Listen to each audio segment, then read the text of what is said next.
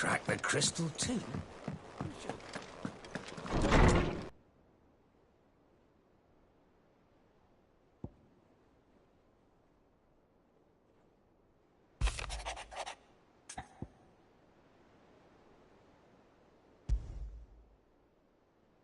What could be wrong with Torgor?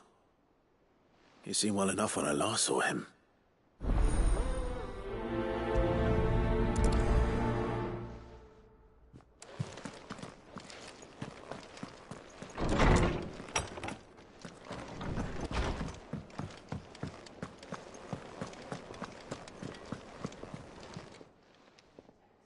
I got your note. You think something's wrong with Torgor? So you can read. Congratulations. But I didn't say I were wrong with him. I said something weren't right. He's not been eating me treats. He used to love cracking the bones from Molly's boiled brown, but now he won't so much as look at 'em. Didn't like him. Which is why I'm of a mind that his mind's on something else. You've not been working him too hard, have you? No harder than usual. Is that it, boy? Do you need a rest? What was it you said he was? A frost wolf? That's what the lawsman seems to think. Then maybe this all has something to do with whatever it is that's woken inside him. I suppose things have been different since Rosalith. Perhaps Hippocrates knows something. Instead of everything, you mean? Perhaps.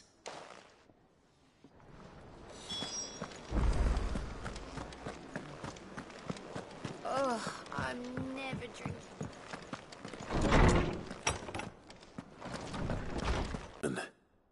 I need to ask you about Torgor. Something's not right with him. He isn't ill, is he? I don't think so.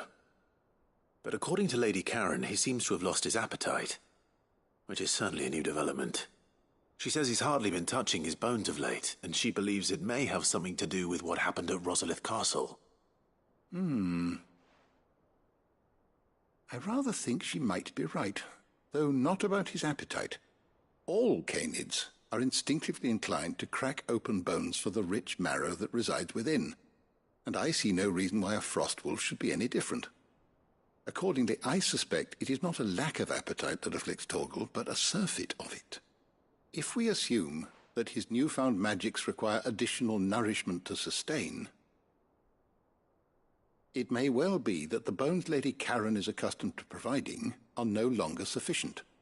Frost wolves, after all, habitually prey upon far larger animals, whose bones may yield altogether different nutrients. As to where one might find a suitable substitute, some antelopes that graze the meadows of eastern Rosaria have been known to grow to a size more than double that of their lesser cousins. I don't recall ever seeing any that large. And little wonder. The oldest and largest such creatures rarely leave the safety of the highlands for fear of predators. The last elder antelope sighting I recall hearing about took place near Cressida, and that was long before the village was abandoned. Even so, it seems like a good place to start. Good hunting, Clive.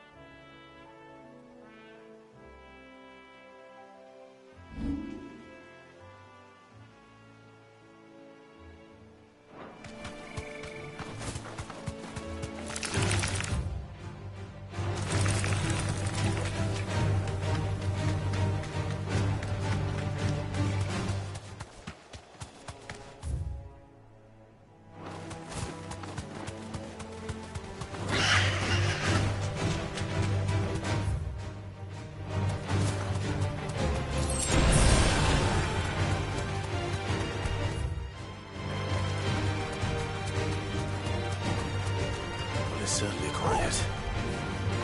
If I were a giant antelope, it would seem like just the place.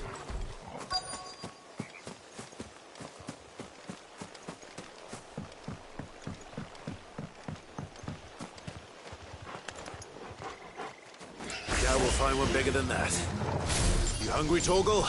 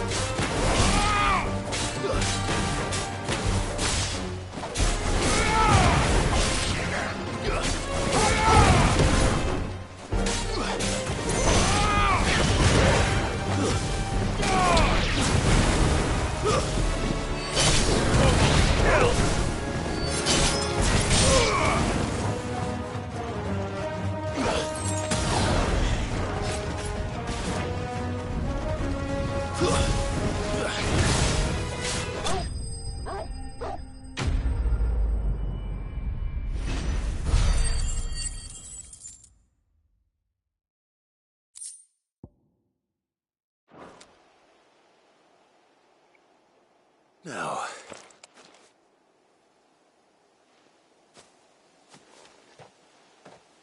will it be enough, I wonder?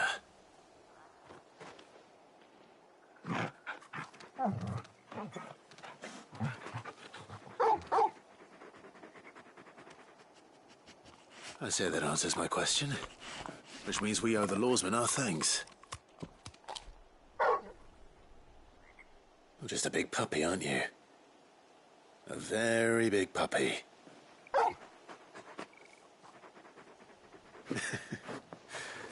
You do know you can take that with you, Torgal. Lady Karen will be relieved to hear you've got your appetite back. Come on, boy.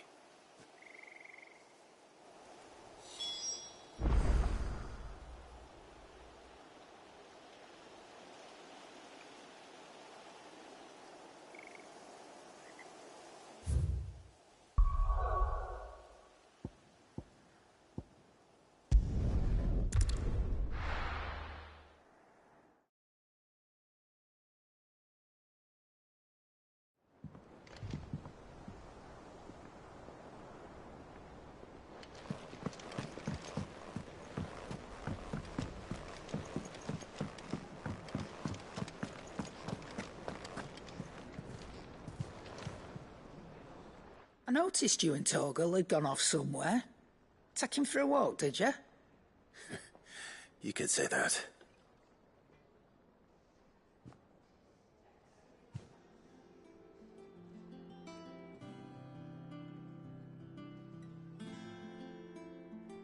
So, Molly's leftovers weren't good enough, eh? That'll teach me for treating you like you're still a pup. All right, no need to shout. Now we know what you're after, I can see about getting some in. Speaking of which, I brought one for later. Can I leave it with you?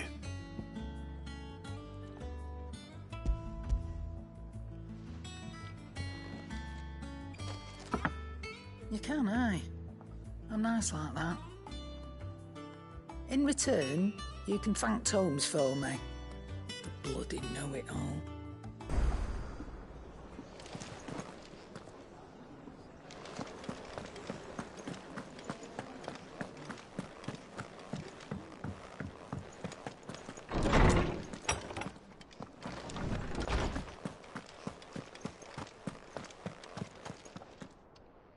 Ah, Clive.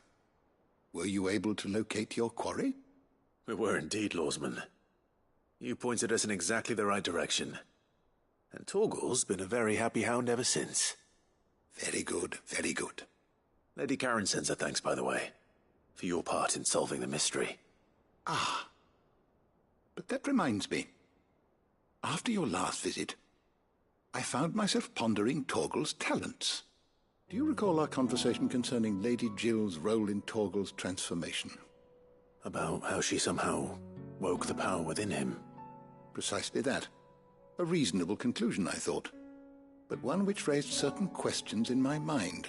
You see, the Fenrir of legend served Shiva and Shiva alone, and while the powers attributed to him are certainly impressive, the records imply they are somewhat different in nature to those you described Torgal as having used.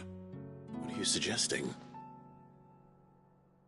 That Torgal may be the beneficiary of more than one icon's power. Consider that in addition to Lady Jill, he has served as a loyal companion to you, your brother, and even the late Cid. In short, the icons hitherto near at hand, or should I say at paw, have been diverse and plenty, and that number has only grown as the realm's dominance have fallen to your sword. One can but speculate as to how all of this has affected Torgal. He has seemed more fierce of late. And if I am not mistaken, he will grow fiercer still. We are fortunate indeed to be able to count him amongst our allies and not our adversaries. Oh, he's more than an ally. He's a friend.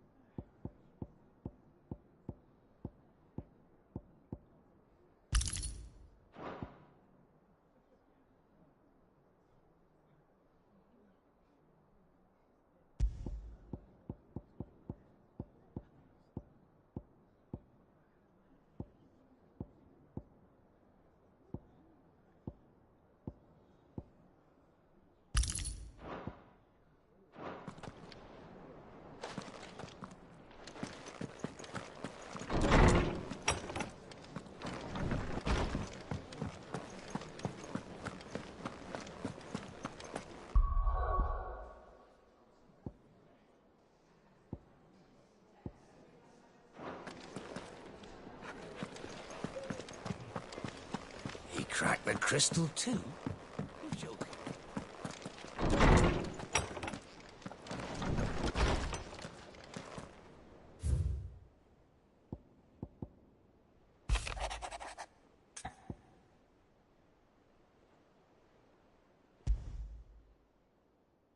Trouble with the ledgers. Shouldn't he be asking Otto for help?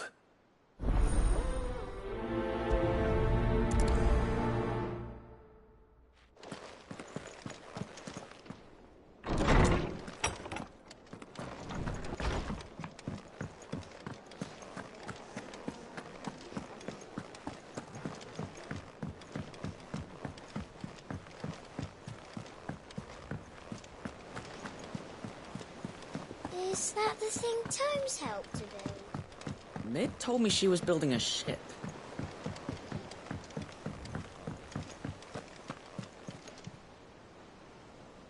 Clive, did you get my letter? That's why I'm here. Shh. Otto won't be listening. Is this better? A little. Listen. I've some bad news.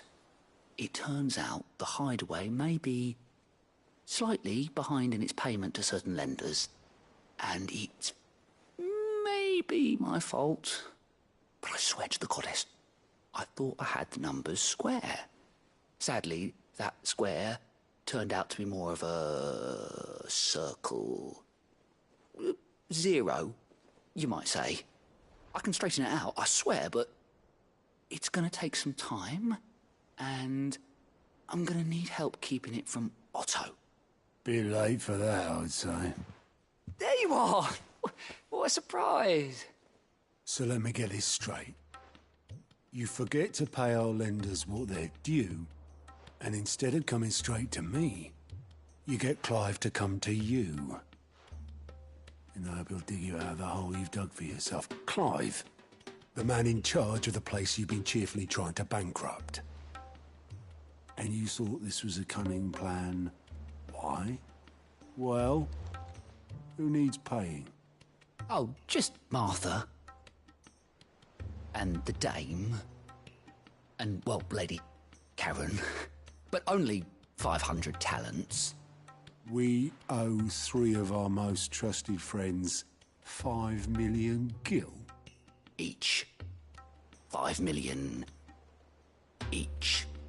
They lent us the bulk of the money we used to rebuild the hideaway, you see, and, well, I must have made some sort of oversight. Those ledgers were my responsibility, and it was my decision to entrust them to you. This is my fault. Do we have that much to hand? I can always ask my uncle. No, we don't. And no, you won't.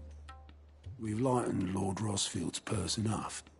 After the King's ransom, we'll need to learn to stand on our own if we're gonna make this work. All right.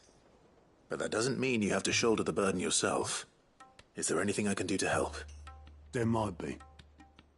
How'd you fancy taking these to Martha and the dame? Rocks. Rocks, he says. Worth 1,000 talents apiece, these are. A little something Sid and I set aside for when times got lean. And I reckon 15 million in overdue debt probably qualifies. I just hope our associates' eyes are a bit more discerning than yours. I'm sure there will be. Should be me making the rounds, really. But you know how it is with this place. Orders to bark, arses to wipe and all that. I know. Which is why I don't mind going in your place. Go. Do you know why I only gave Master Clive here 2 star rubies? Because you'd rather Lady Karen killed me. Because I'd rather Lady Karen killed you. Yes. Well, I suppose this is goodbye then. Don't worry. I'm sure Karen will understand. Really? Do you think so? No, I don't.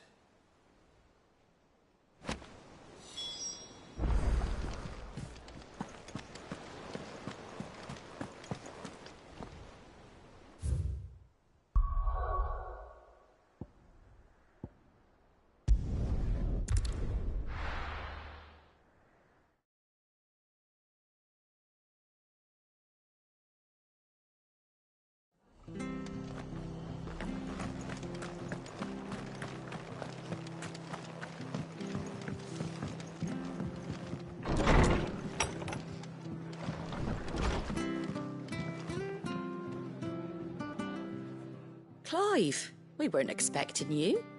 I wasn't expecting to be here, but it seems we still owe you a considerable amount of coin for your help with our rebuilding efforts. And though I doubt it's what you were expecting, we were hoping you'd take this as payment.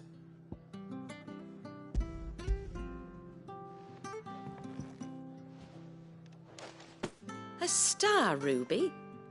I can't accept this. It's worth at least twice what you owe me. More if you can find yourself the right buyer. Think of the difference as interest. Interest? If word got out I charged that much, no one would ever borrow from me again. Anyway, why are you the one here asking me about this? I'd have expected Otto. Bit much sending the Lord Marquis out to settle your debts, isn't it? The old goat working himself to death again. Something like that. Most days I think he's the only reason the hideaway's still standing. Same as always, eh? Back when the place was nothing but a twinkle in the eye of a recently retired Lord Commander, word is he was the first one Sid reached out to. Probably knew that without his strong arm and level head, the idea would never get off the ground. Sid may have been the face of the hideaway, but Otto's always been the backbone. And when Sid passed away, we were all worried that would be the end of it. That Otto would just give up. His death was hard on everyone. But it must have hit Otto hardest of all. But he didn't give up, did he? Quite the opposite, in fact. If I recall, he was the one who nominated you as Sid's replacement, and rallied the rest around you. I reckon what he saw in Sid, he saw in you too. And don't we all? Doesn't hurt that you're half as stubborn and twice as handsome, neither. That, and you keep good company. I suppose I do.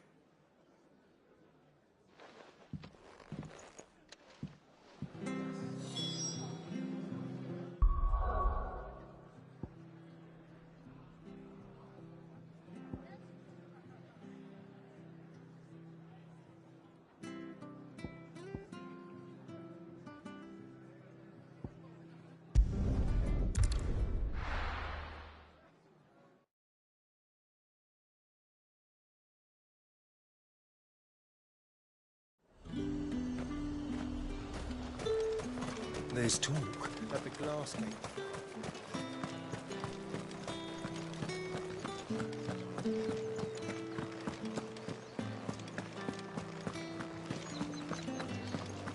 Did you hear? The gates to Heaven Hall in the area were breached by someone. I want to see you again. What am I going to do without Sweetwater and Iron Talc?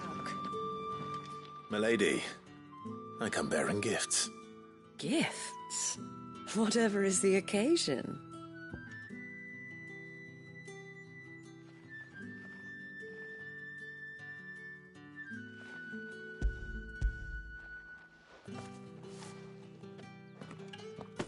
Oh my. Clive, you really have outdone yourself. Otto asked me to give it to you. To settle the hideaway's debt with the Veil. And to compensate you for the time it took us to do so. You disappoint me, Clive. I thought you might finally be warming to me. Tell Otto he can keep his baubles. I tried to tell him as much the first time around. The man owes me nothing, nor does the hideaway. My contribution to the restoration effort was made freely and willingly. It was the least I could do. You once told me Sid did you a kindness. I'd like to do the same. Please, accept it. For my sake. And for Otto's. For all of us. For all you've done. It is rather fetching, isn't it? Very well. Otto is lucky to have you, Clive. I doubt anything could ever replace his son. But you and the others at the hideaway are the closest thing he has to family. Otto had a son.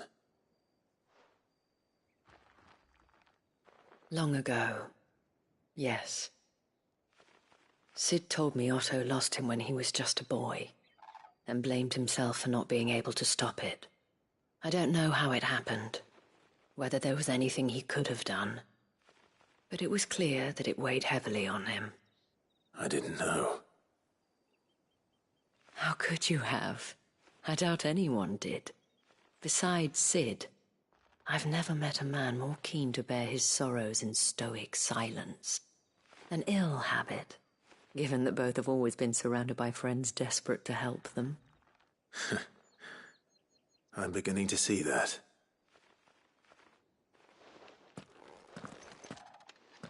Go will want to know the stones were delivered. If he's still with us.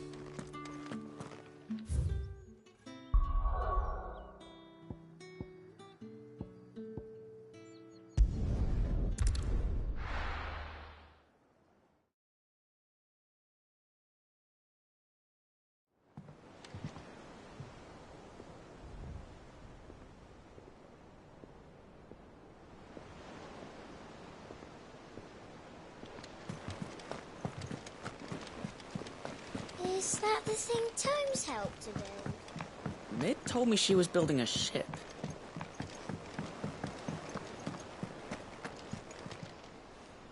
Goat. Still alive, I see. So Lady Karen accepted the ruby. Ah, about that. I tried my best, but she was just too stubborn to take it. She threw it right back in my face, in fact, and told me I could stick my stupid stone where the sun don't shine. Karen refused payment. I hope it wasn't something I said. I'm sure you were as tactful as ever. Let me see what I can do. Oh, wonderful. I hope you have better luck than I did.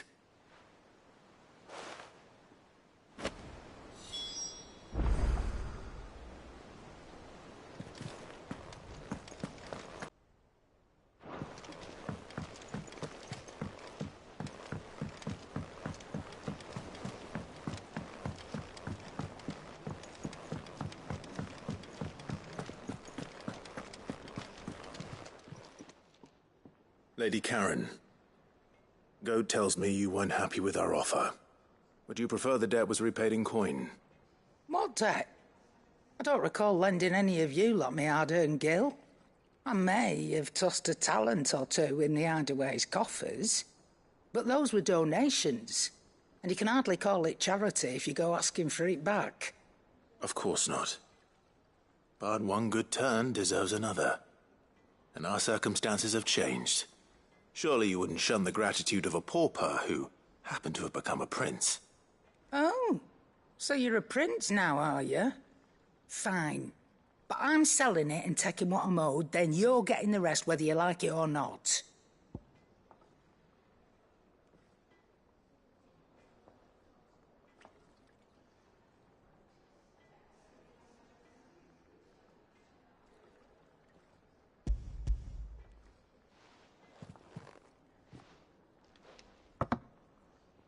Where'd you even get this? A decent trader might nab 1,000 talents for a star ruby. A canny one, meanwhile, might claim it were nicked from the belt of Sid the Outlaw himself and ask twice as much. Might be I already have a buyer in mind. Might be you even know her. Always a pleasure doing business.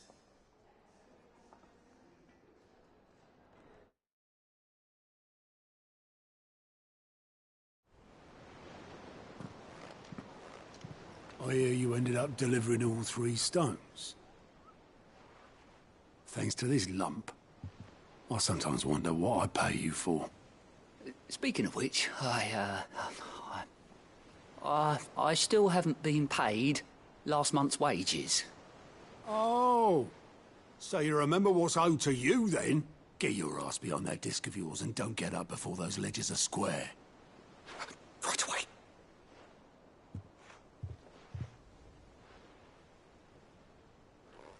I've seen that before. You have, yeah. Plenty of times. It was the only goblet Sid ever used. Either out of habit, or because the filthy soul couldn't be bothered to find a clean one. I knew so little about him. Like most people. Martha and the Dame both seem to have fond memories of him. Huh. I bet they do. How long did you know Sid before he... Before he died. 20 summers, give or take. Back in the day, I was a purser on a trade ship, which is where I met him. He bought passage to... I forget where. But having nothing better to do on the long nights, we set up drinking island rum till the morning bell dragged me back to my duties. Quit my post not long after that. On account of making a fine maiden's belly fat. But me and Sid stayed close, promising we'd one day sail the seas again. That was before fate stepped in and said she was having none of it. The magic woke inside my son soon after his first name day, and there was no hiding his knack. Couldn't you and your family have... My family were the ones who summoned the constable, wanted the monster taken away. I couldn't turn my back on him. forget what I felt, and I couldn't for the life of me understand how they could. Luckily, Sid was of the same mind as me. It was him who stood beside me when all I wanted was to tear the whole world down. Him who cried for me when I had no tears left of my own. Him who swore he'd do everything he could to stop it from happening again. And he was true to his word, too. Left the Royal Army once and for all. His ranks, his ribbons, gone. Just like that. Threw away everything he had. All to right a wrong that no one else had the courage to face. I knew then I'd follow that man to the ends of the earth.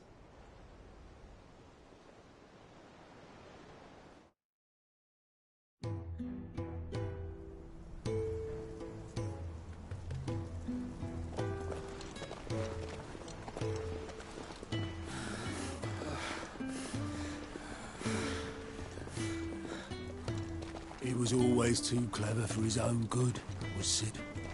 Saw the world for what it really was, while the rest of us were content to go along with the lie we were shown. And it can't have been easy, bearing that burden alone.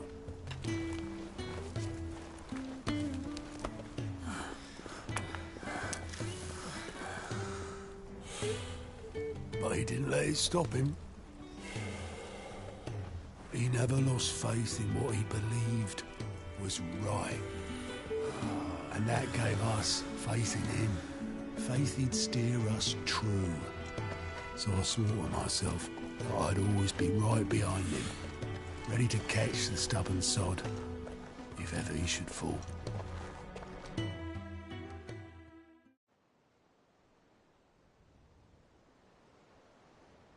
But I couldn't even do that.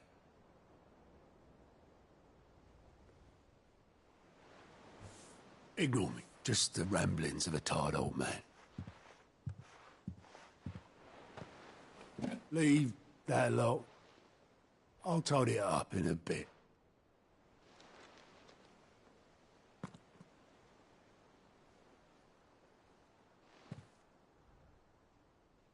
This is Sid's handwriting.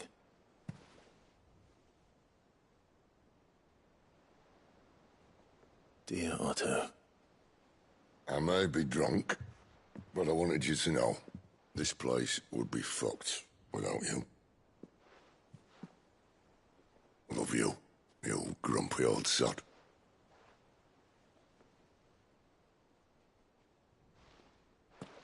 This note. What about it?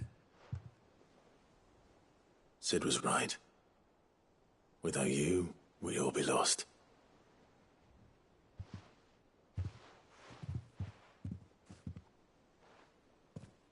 He should have bloody well said so then. Just once. Before he went. But then, why would he? Him, or anyone? I'd only have told him to piss off.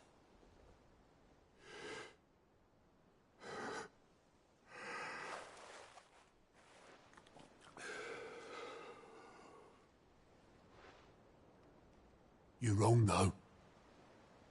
Both of you. It was never just me keeping the hideaway afloat. It was all of us. I just shoved people in the right direction, and I barely seem to be able to do that anymore.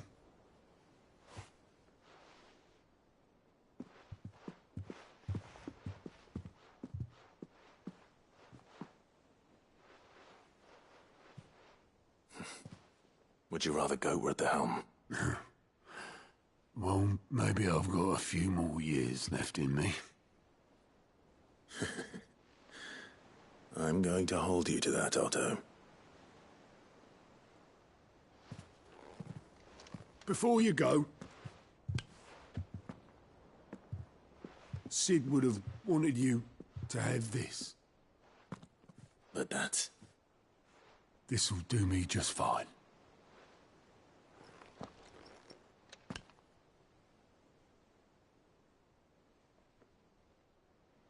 Thanks for the ray of sunshine. I'll see if I can't pay you back. Already have.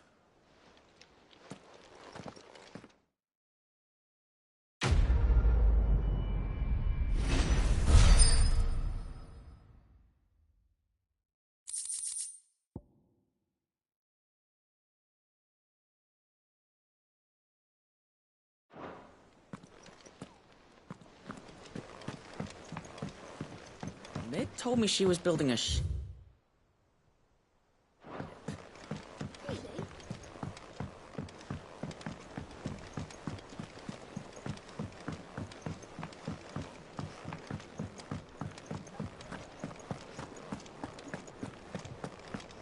He cracked the crystal too? You're joking.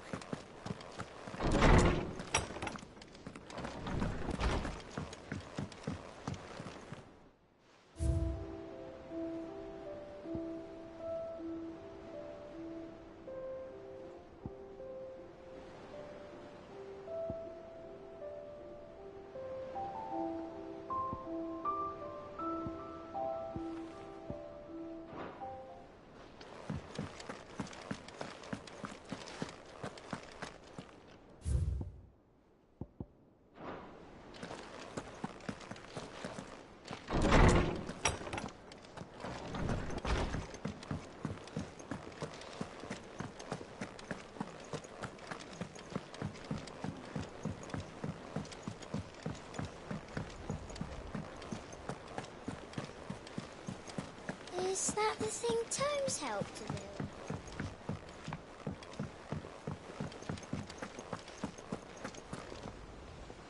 All right, Clive. Asterix. We'd finished sending half the hideaway traipsing across the twins, has she? I swear, that girl'd do anything to put off visiting her old dad's grave. No excuses now, though, eh? Not quite. She said there was one final thing she had to take care of. I'm sure she'll be finished soon enough. She said that. In those words. She did, yes. Clive. Were you born yesterday or something? There is no thing.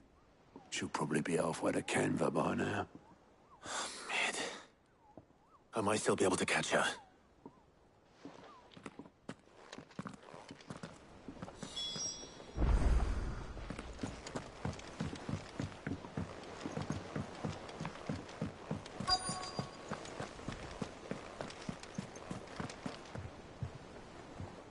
Obelith, have you seen Mid?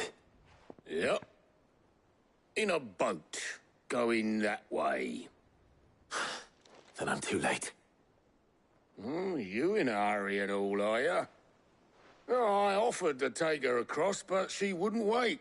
Just paid for a dinghy and rowed off. Oars going like the clappers. Got some life in her, ain't she? But anyway, I was on my way up to see you, as it happens. Got a letter for you. Urgent, by the sound of it. One of your uncle's men said I was to hand it to you in person, post-bleeding haste. And you're here now. Thank you, Obelith. Don't mention it. What tidings, Uncle?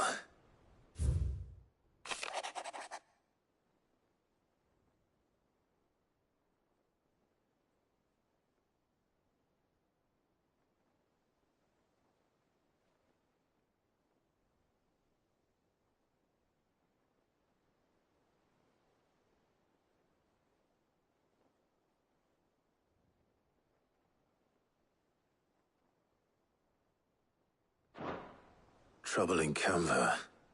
Well, I'll need someone to keep an eye on Mid.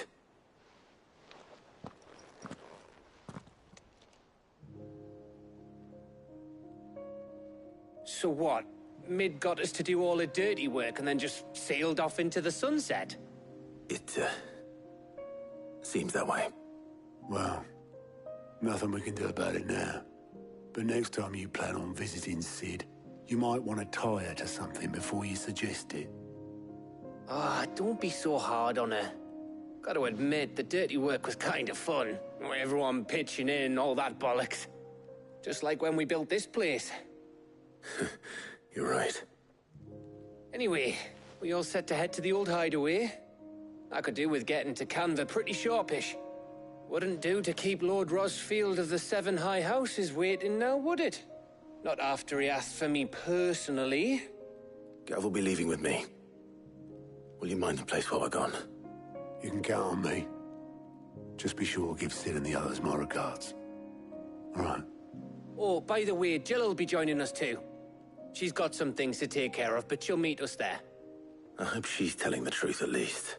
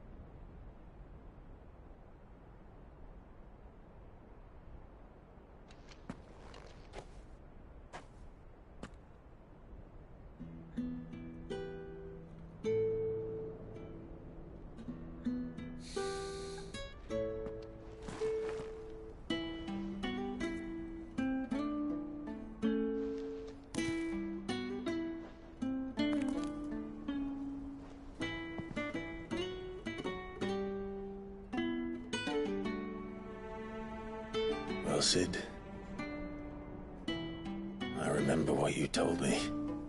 That if no one is listening to what you have to say, you may as well not say it.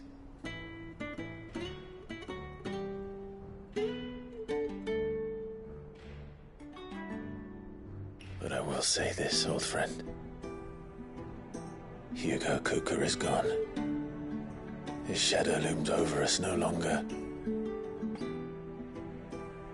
It's a pity the Phoenix can't be in two places at once. If he'd have been with us, maybe he could have done something for the lost. Not even the Phoenix can bring people back from the dead. Life has a beginning and an end. So we must live while we have the chance. Not as slaves to the crystals, but as free men. May we join you?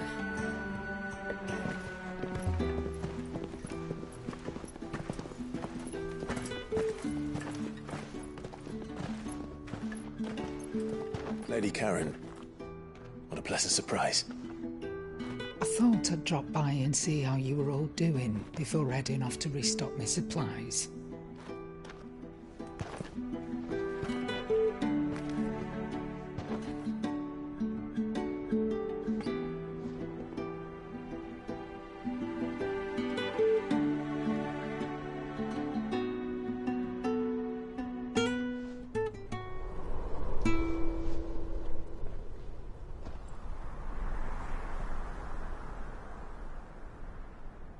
It wasn't the most scenic view back then, but it were never as bad as this. I know. The Blight marches on. And soon, there will be no escaping sights like these.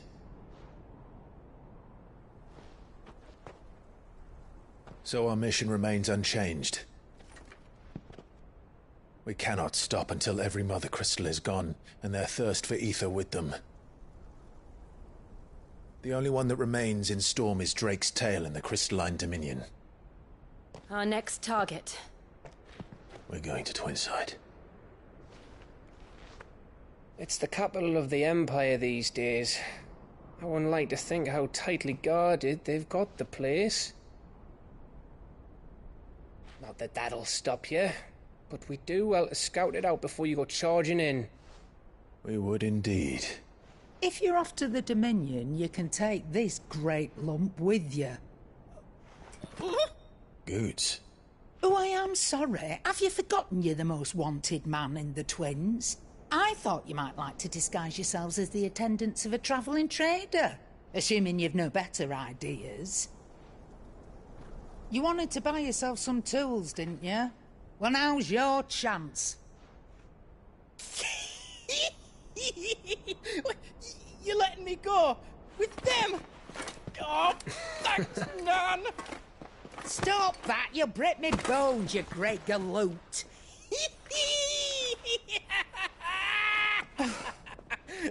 There's a caravan that runs back and forth between the Dominion and the Bocklad markets. It's managed by the Merchants Guild. Just show them Goots' traders pass and you'll be on your way. It'll be a damn sight less risky than footing it the length of the Crystal Road. That's for sure. Thank you, Karen. And glad to have you with us, Goots. Okay then. I'll get me things and I'll meet yous there. See yous down in Bocklad. Get off! Me poor fingers! Jill, you're with me. Understood. And Gav, Already on my way, Captain. be careful. Aren't I always?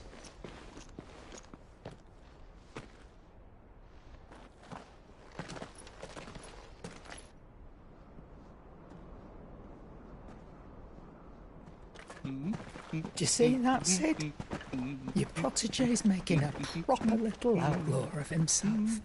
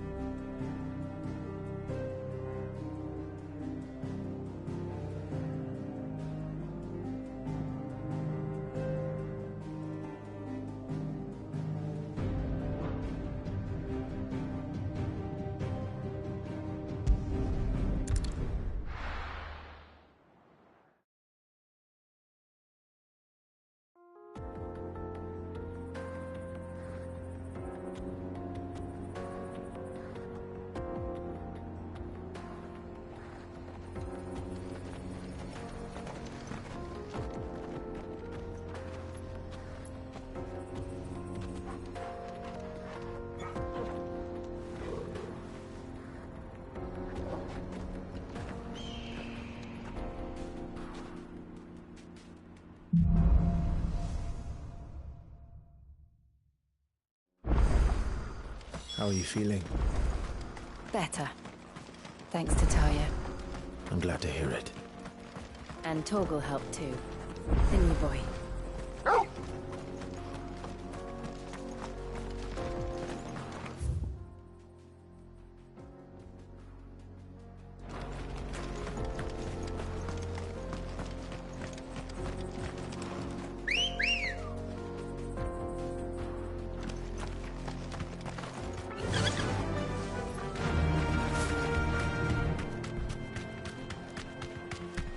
This used to be a trade route for merchants crossing the Scars, till the Republic laid a new road wide enough to let wagons pass, and all official traffic moved there. Leaving this one for those living outside the law. Indeed. I doubt we'll be the only outlaws on the trail today.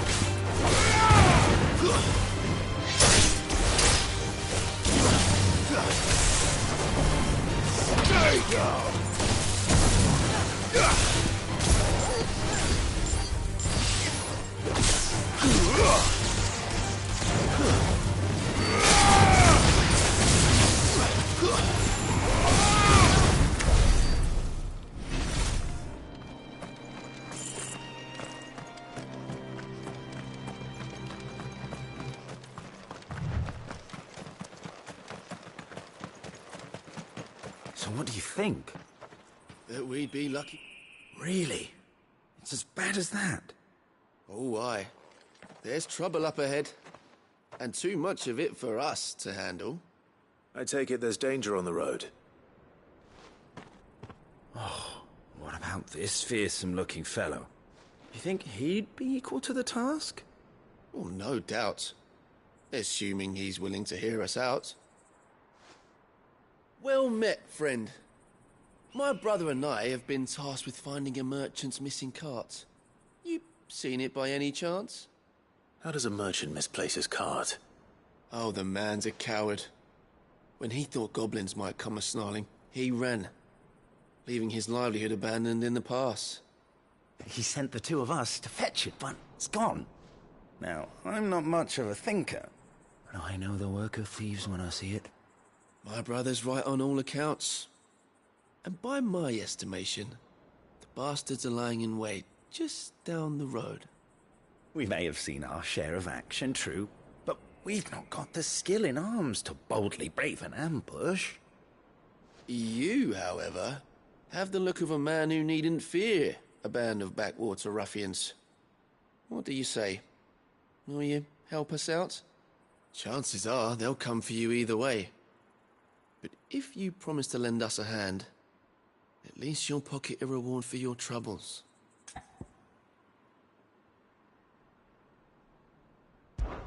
Well, if I'm going to have to deal with them anyway. You've clearly got a fine head on those broad shoulders.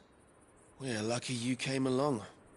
Now, hoping to make a heavy purse in Boklad, our merchant friend loaded his cart with as much as it would carry. Reckon he won't be forking over the rest of our fee if we don't find those goods. So, while you're seeing to those bandits, you keep your eyes open. All right. Just don't expect me to drag the cart out of there myself. No. You can leave the cart to us. You just put an end to those bandits and point us in the right direction. You do that, we'll take care of the rest.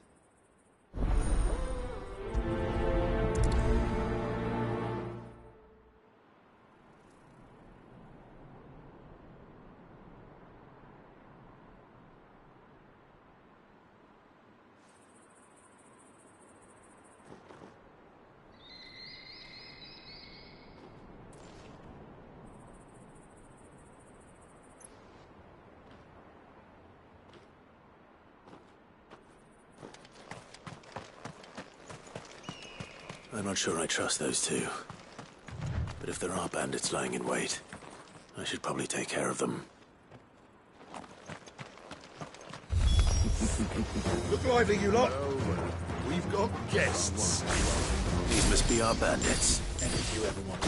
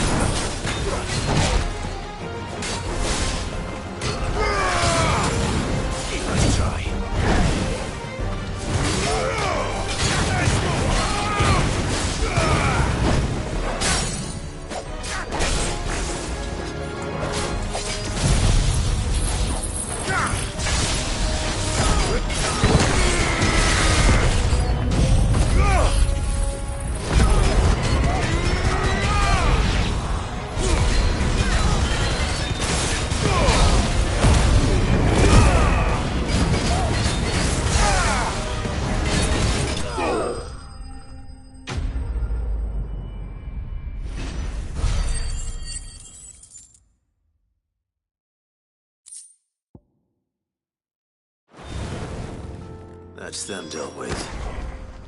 Now, where's that cart?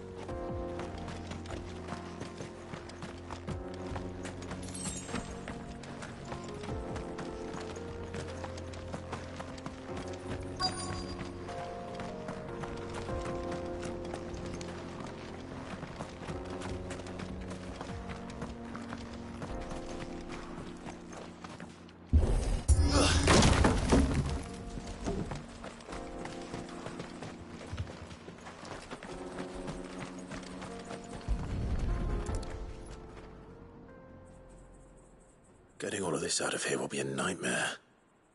Seems we've found ourselves the right man for the job, wouldn't you say? Found the cart and didn't leave a single bastard breathing. Our merchant friend will be delighted. And how exactly will he be getting his goods out of here? You leave that to us. After all, it'd be wrong to make such a fine warrior haul cabbages to market. You've done your part. And that's all you need to worry about. Here.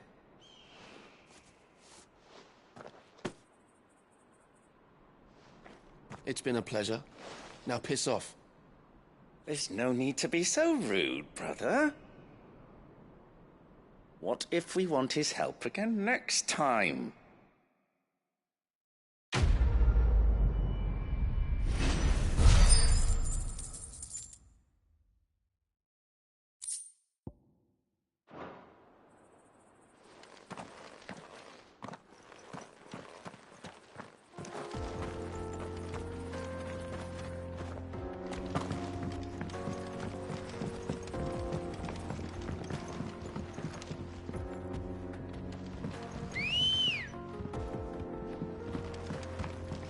I see the Dalmecs lag behind Rosaria when it comes to bridge building.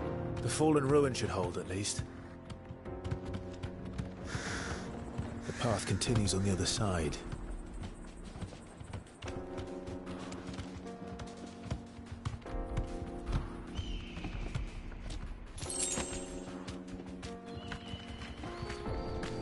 Fly, Ambrosia!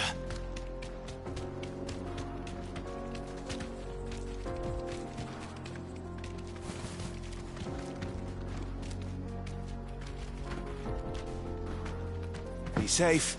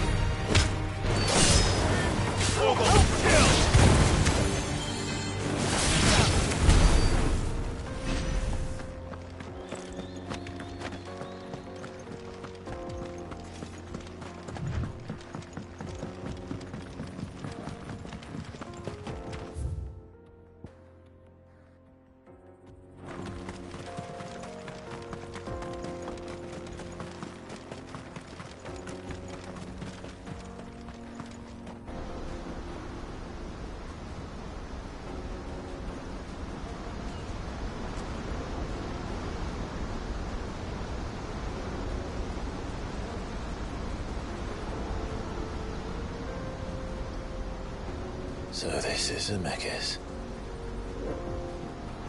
The land of the gods. It's even more impressive than I imagined. I remember being captivated by the story as a child.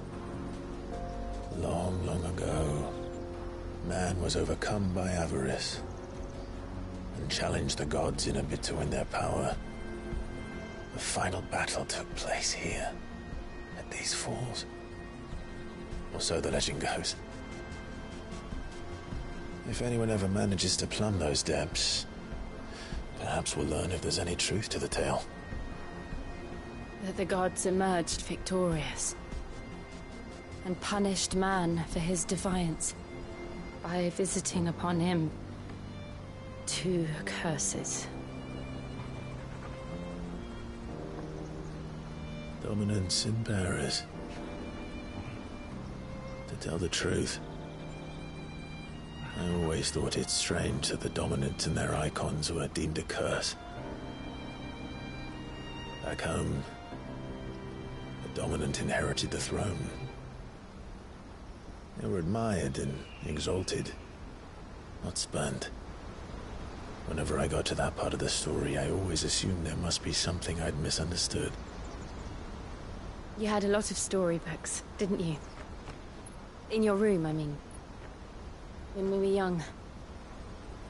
The old legends were always my favorites. Epic battles between gods and men. Father encouraged me to read as much as I could. He thought it good for my education. You really were a boy like any other, weren't you?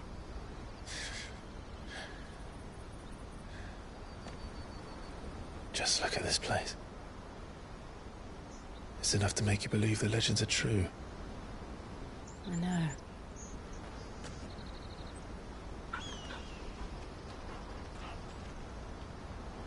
We're not far from Boklad. The road will be busier up ahead. Then we'll have to keep our wits about us.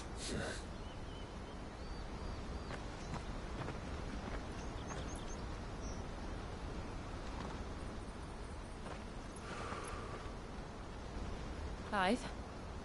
Something wrong? Nothing. It's nothing.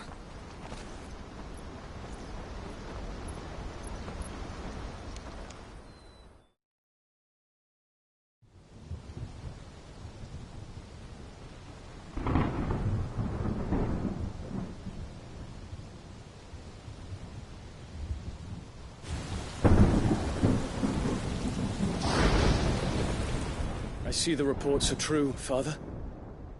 You have surrendered the throne to Olivier. I have. Emperor Olivier shall rebuild the Holy Empire of Sanbreque.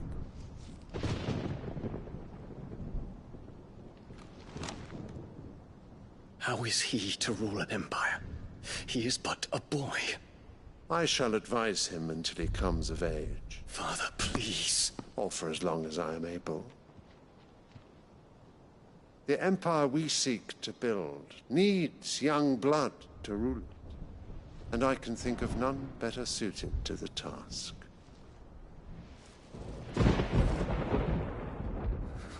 There is other, and Drake's Fang destroyed.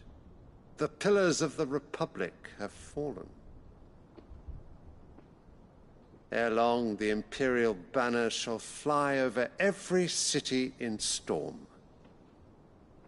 And then, Valisthea. All shall bow before their Emperor. Father, these are the words of a tyrant. They are the words of a god. The Emperor whom I gladly serve. Great Greeker, made flesh.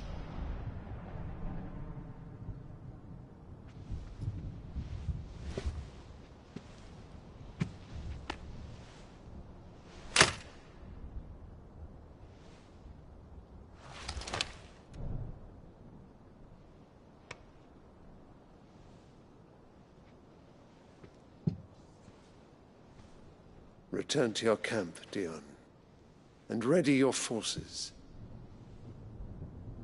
It is time to show the world the true power of Sanbreque. Father.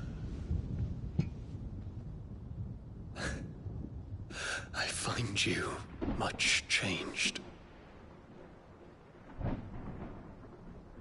Is this truly the path you wish to tread? Or are these the ambitions of another? Of Ultima, perhaps? What nonsense is this? I speak my mind, and my mind only. Though I do owe Annabella thanks for reminding me of certain truths regarding the nature of nations, of rulers, and of the divine. You would trust the words of this traitress? She betrayed her country. She slew her husband. You have ever been an invaluable servant to Sanbreque, Prince Dion. I trust you will continue to serve your Emperor in the wars to come. Canker! Silence! Insolent wretch! You will bend the knee. All else is heresy. Sire, forgive me. This audience is over. Come, your Radiance. The Rowena Syndicate awaits your pleasure. Oh, not another meeting with silly old men. They're so boring. I'm hungry, Father. Can't we have luncheon instead?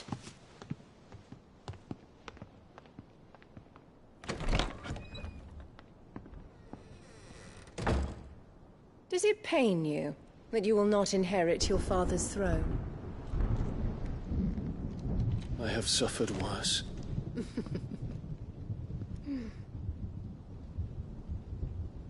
Count your blessings, Dion. For a base-born child to be chosen by Bahamut is miracle enough. You have risen high on his wings, but you shall rise no higher, lest your impure blood stain the throne. What do you know of my blood?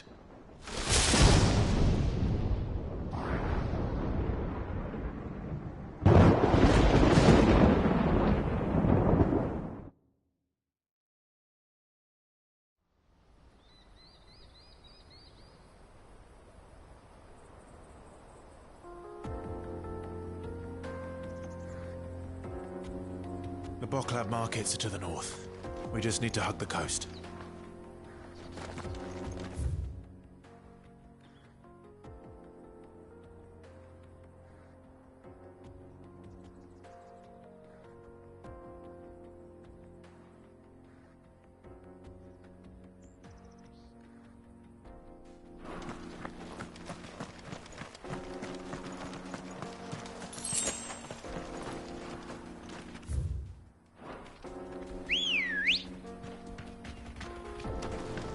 Ready, go? Run like the wind.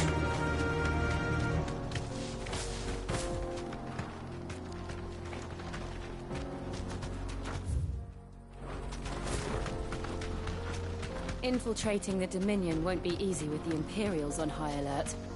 No. His Radiance has lost one capital already. We can be sure Sylvester will do everything in his power to hold on to Twinside. His troops are well-trained and increasingly battle-hardened. But it's not as if we can wait for the siege to end.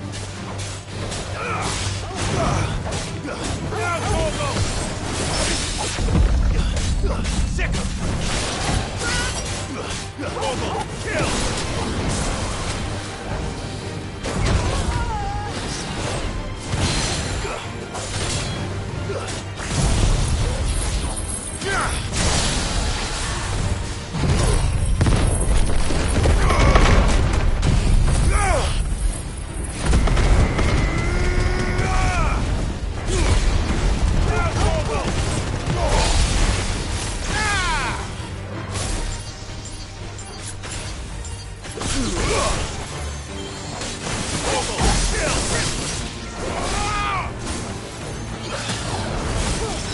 Nice try.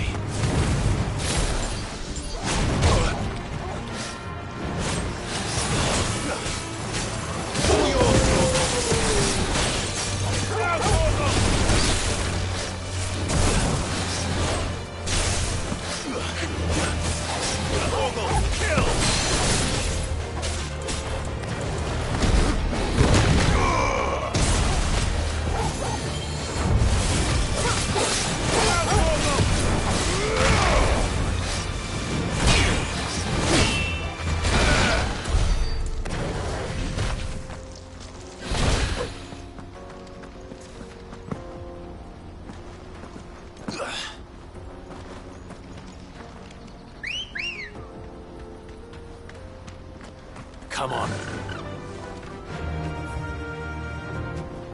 Faster!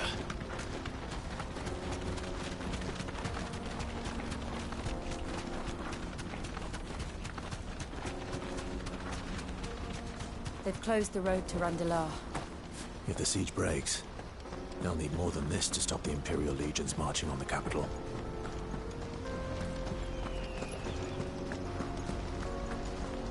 This is no time to ride.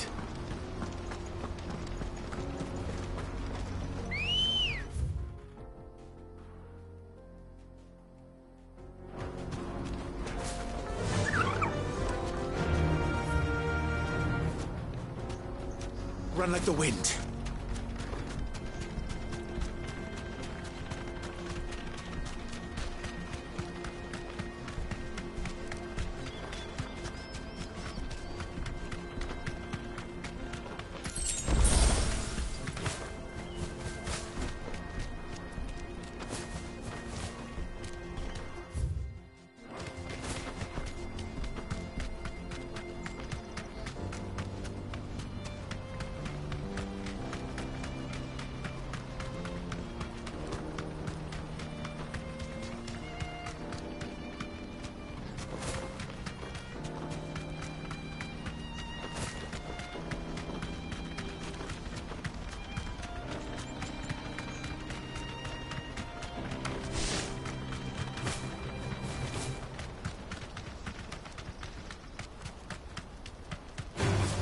All right.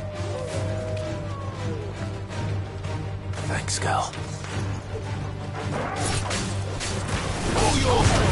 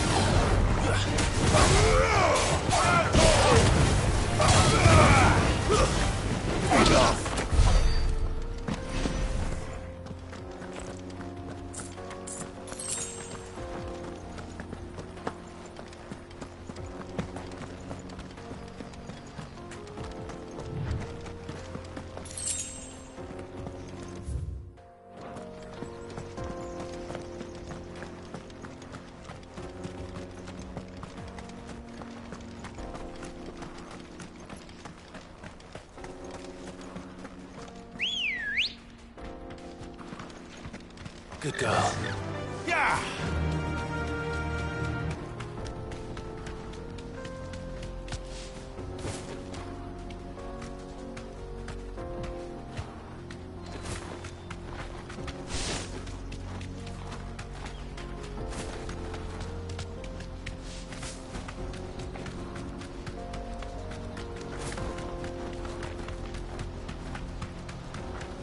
refugees.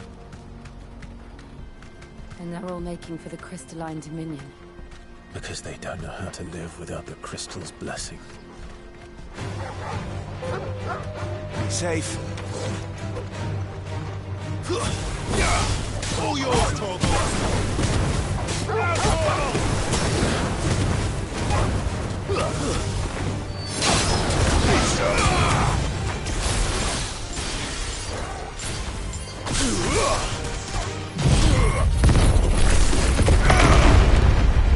You're finished!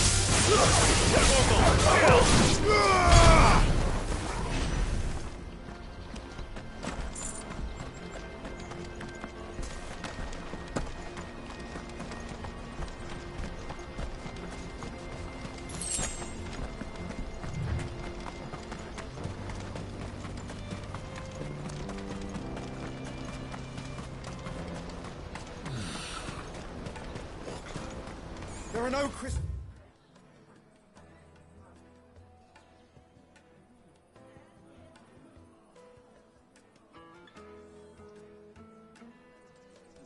Here. We have to keep going. This is where we're supposed to meet Goots, isn't it? That's right. He said he'd wait for us here after replenishing his supplies. I dare say he'll have finished by now.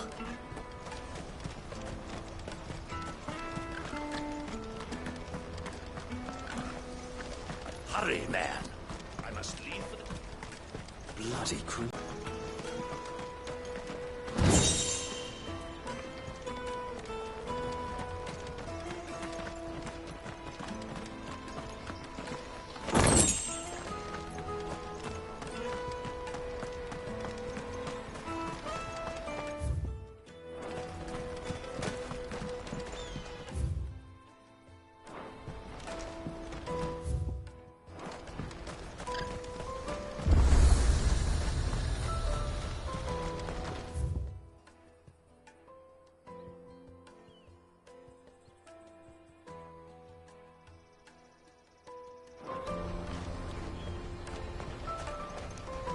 Out of my sight, Brett. Well met.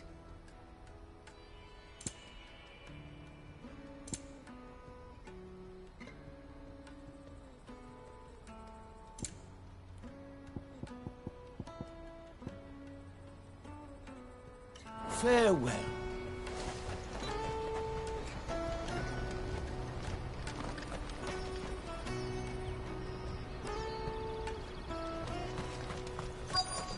Peaches and pears, beets and beans.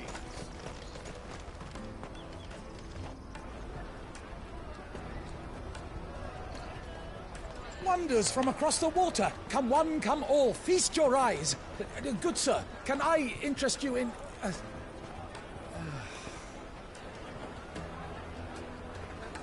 How much? For a measly crust of bread? You won't find any cheaper. Not nowadays.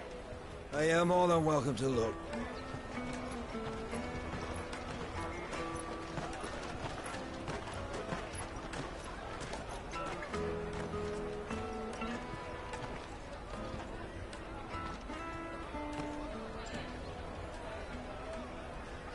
The Empire's unlawful and illegitimate occupation of the crystalline dominion is still in effect. Only those whose business in Twinside has been officially approved by the Republican Army will be permitted to cross the border. All who seek entry are to form a line and ready their documents for inspection. It looks like we aren't the only ones who are eager to leave. And they're checking everyone. Can't you make an exception? Not for the likes of you. We won't get through without that pass. Let's go in and find Good, shall we?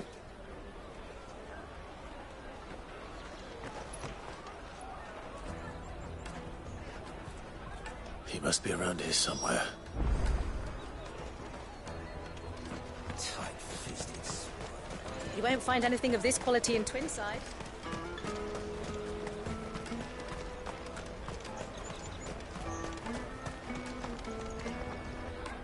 Ah, Good. There you are.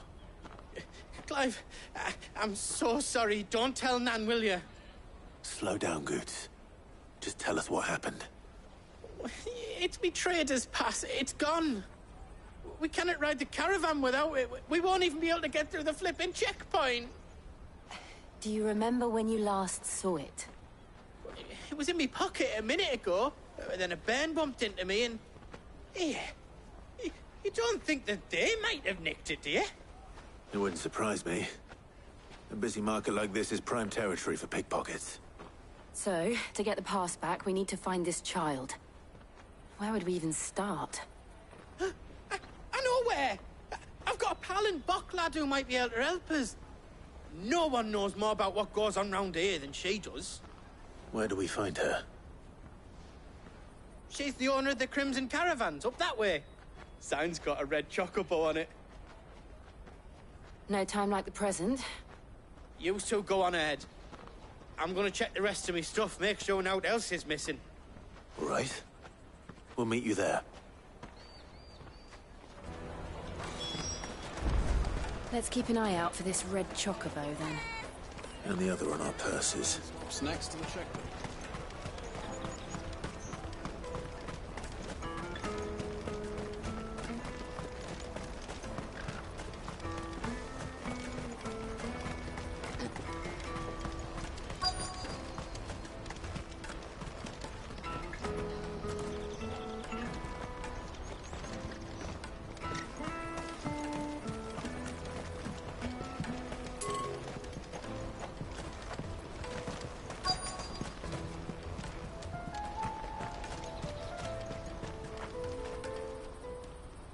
Looking to hire a coach? It's 10 million for a two-birder to the Crystalline Dominion. Take it or leave it. Oh, we're not here for that. Then I bid you good day. Oh, wait! Don't go, El. He's me mate. As I live and breathe. Goots, what are you doing back in Bocklad?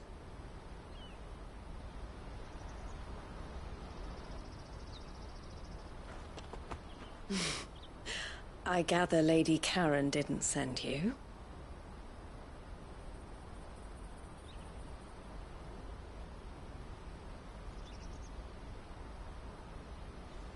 So what trouble have you got yourself into this time?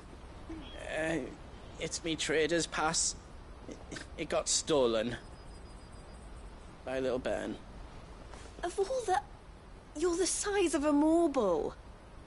Honestly. Ugh. Goots told us that you know the markets well. Might you have an idea which little bairn could have done this? We don't intend to punish them. We just need our pass back. Then, we can be on our way. I see. So neither of you has a trader's pass either. Not that anyone would take you for traders, but I suppose that's why you came to me, correct?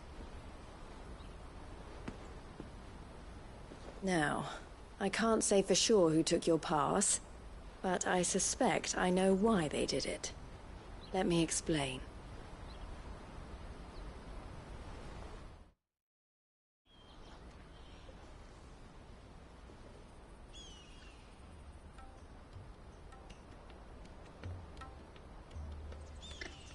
Ever since the Fist marched on the Dominion, the Republic has been clamping down on any commerce that might aid the Empire more than it does us.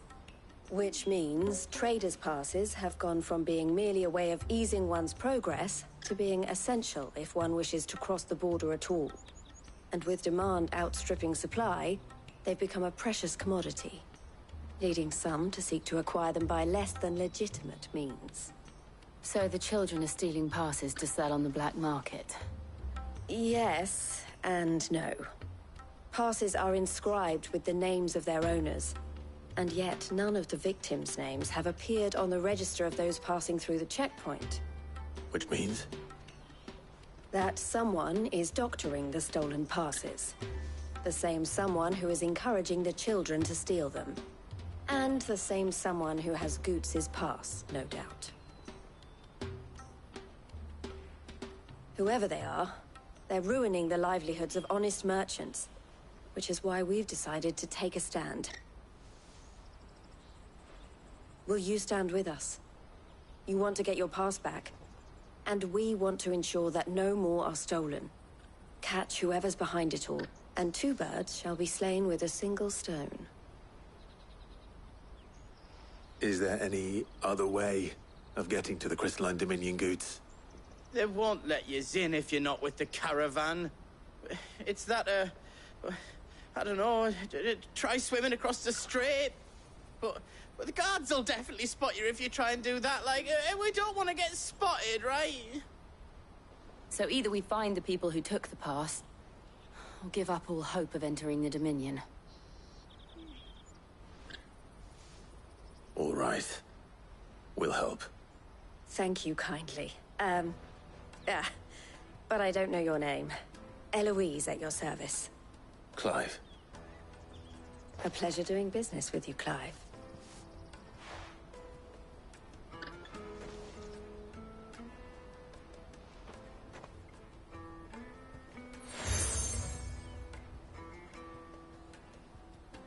The proprietor of the furniture makers by the coach stop is spearheading the search. Wear that, and he will know you for a friend. I suggest that you speak with him first. The furniture makers. Understood.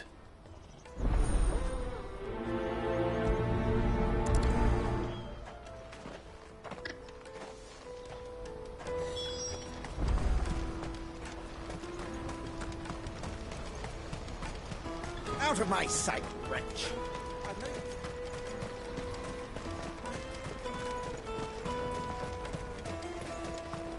Come on, come on! Jug of snake spit for the road? Caravan stops Juicy next. pears! Take your thirst without a crystal. Are you the furniture maker? Looking for something in particular? Ah, Eloise collared you too, eh? Then I expect you want to know more. She told me you were leading the hunt for the pickpockets. What have you learned? For one, that they're targeting the traders carrying the biggest packs. Harder to watch your back, see? And less chance of the mark giving chase if they're spotted. Not that they'd be likely to catch them. Those imps know every inch of this warren like the backs of their hands. Their eyes must have lit up when they saw Goots. The fishmonger round by the gate's been trying to track down the children involved. You should go and have a word with her. Thank you. We will.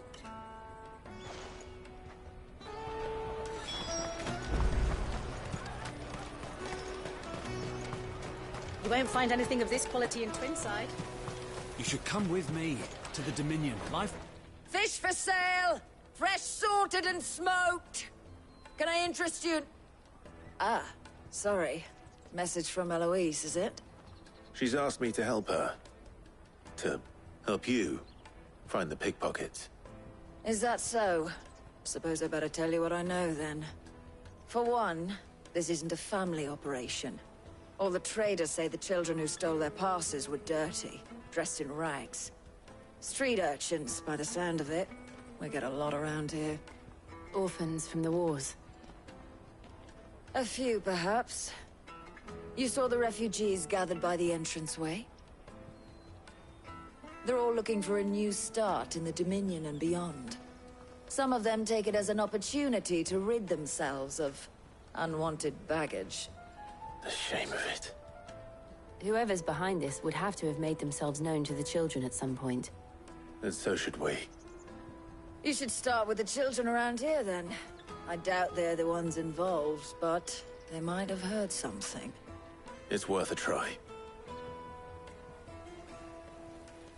All right, then. Questioning children. How hard can that be? Come, taste my peaches! They're sweet as nectar. Excuse me. Do you mind if I ask you something? Can't stop you.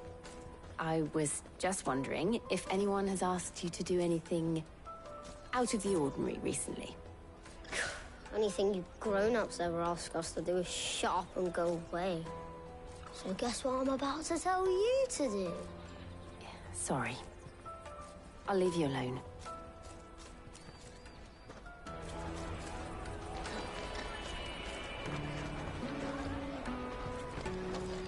Come, taste my peaches!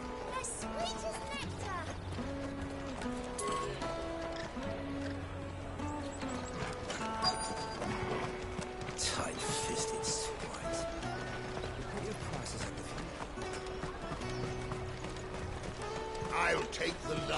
one.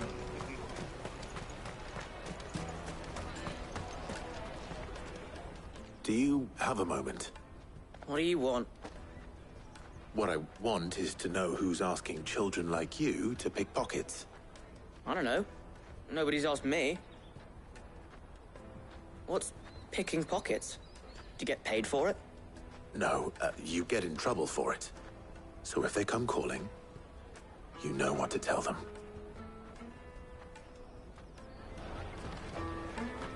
The caravan stops next to the checkpoint. Show them the trader's path. Excuse me? What do you want? I don't have any money. It's all right. We're not going to hurt you. We just want to talk. What about? We've heard that some very bad people are making children like you steal from travelers. We need to know who's behind it so we can stop them. I don't know much about it, really. But my friend, Hansa, he said he got a job doing something dangerous. Sounds promising. We need to find him and ask. Do you know where your friend might be? He's usually by the tents outside town. Thank you. You've been very helpful.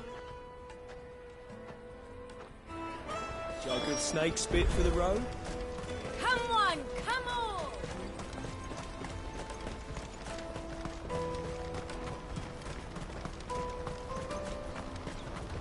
Let me carry your goods. I'm cheap. Water for hire. She must have meant the refugee camp. Let's hope he's still nearby. Daddy, I'm hungry.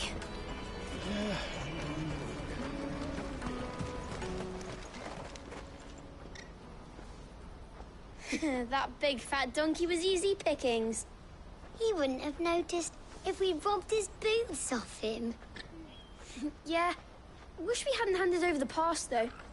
Could use one of those things to get out of this dump. Chance would be a fine thing.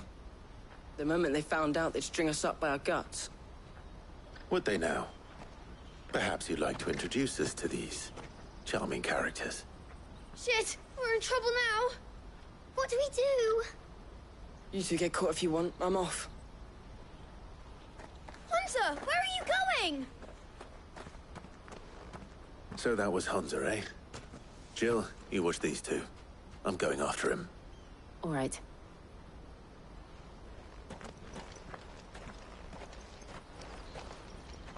He can't have gone far. I need to find him before his employers do.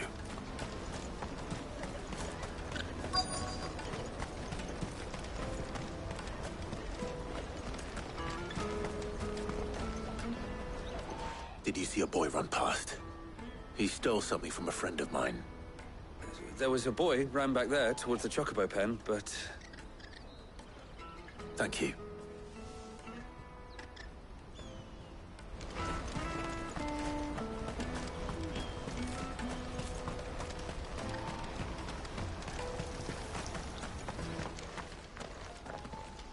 Oh, shit. I'm cornered. It's all right, Hansa. I'm not going to hurt you. I just want to ask you some questions. Fine. Not like I've got a choice. I'm looking for the people who are making you steal for them. Who are they? Call themselves the Carstones. They said they'd give me a good gill if I did what they told me to half the time, before I started buzzing for them. You know, if I didn't do it, they'd just pick on someone else. Someone they could push around easier. Hansa. You found him then? Jill. Where are the other two? Eloise is watching over them. She sent Goots and I to look for you. You're... him! I haven't got your pass anymore, if that's what you're after. I gave it to the Carstones. Whatever you do to me, I can't get it back. Not that I go against them anyway. If it weren't for their gill, me and my mates would have starved.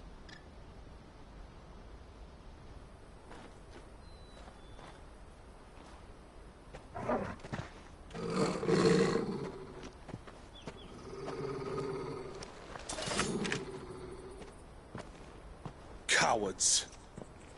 You will not force another child to do your bidding. Wait, we're not... Don't hurt him.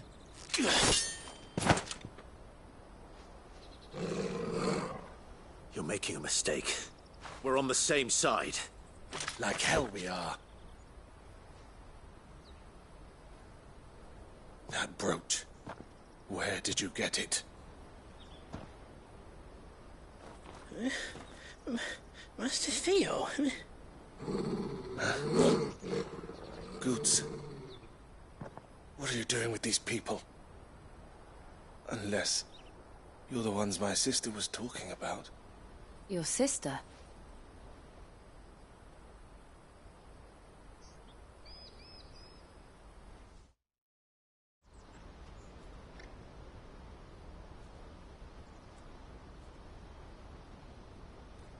Eloise didn't tell us she had a brother.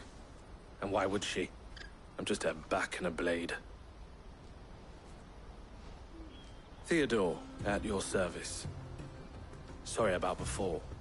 Theodore, what do you know of the cast stones? Vultures who have made Boklad their hunting ground. They prey on the desperate, stealing from those with Gil and bullying those without it into joining their flock. I'd been looking into their activities in hope of sparing the refugees any further hardship. But it seems they've already stooped even lower than I'd feared. Hansa's a good lad. Don't blame him for what they've made him do. If he and his friends hadn't agreed to work for the stones, some other poor souls would have. On pain of death, most likely. Clive, was it? And my sister's asked you to help put an end to the pickpocketing. Then we all want the same thing.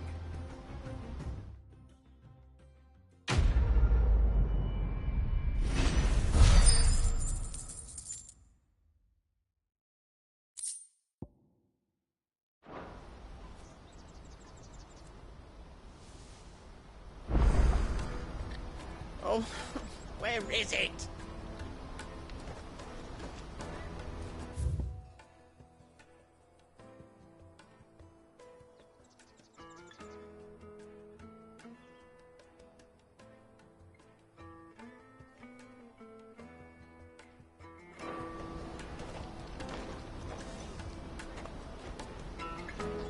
So, what's the plan?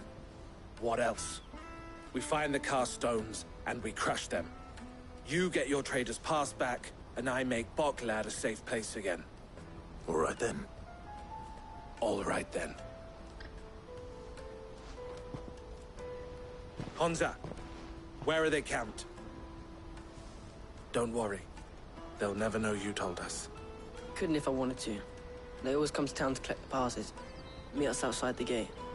I tried following them once, but they spotted me halfway down the trail. Said they'd string me up. We'll try it this time. Which way were they going? Back down the road towards Lateney's Cleft. To Lateney's Cleft, then.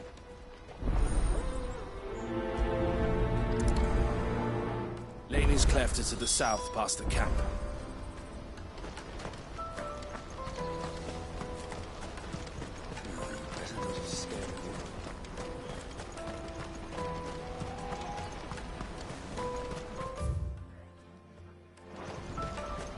That's that then. Daddy.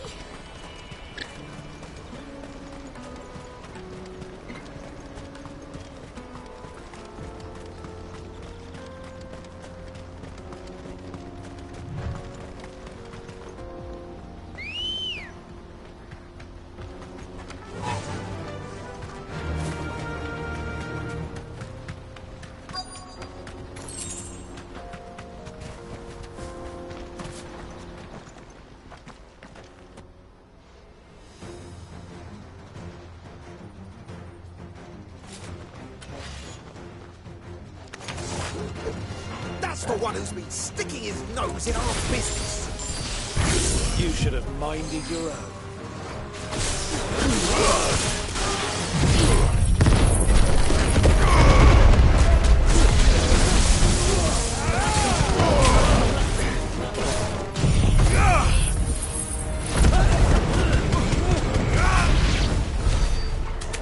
I doubt these were the ringleaders. But at least we know we're on the right track.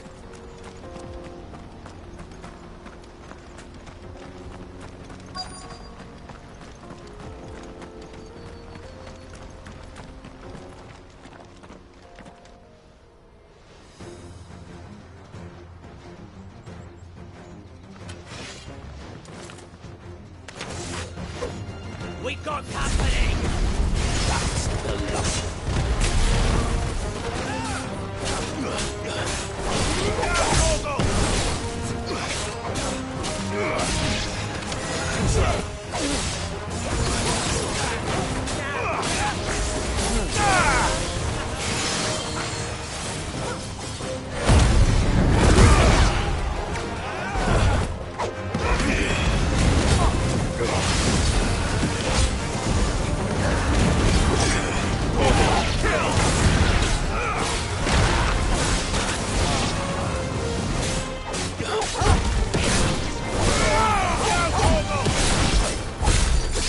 Soldiers.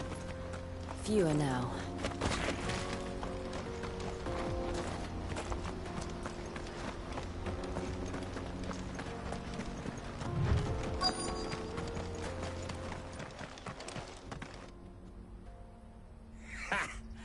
Not a bad haul today, eh? Aye. Some of our new recruits are natural-born ne'er-do-wells. Especially the little ones. That Hans has got nimble fingers, all right.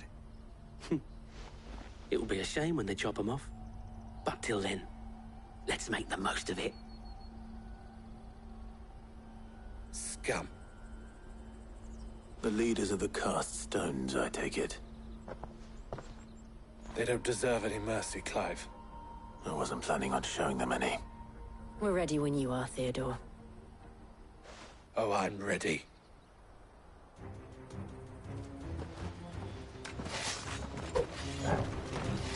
Fuck! It's that guard from Boklad! Kill him! Kill them all!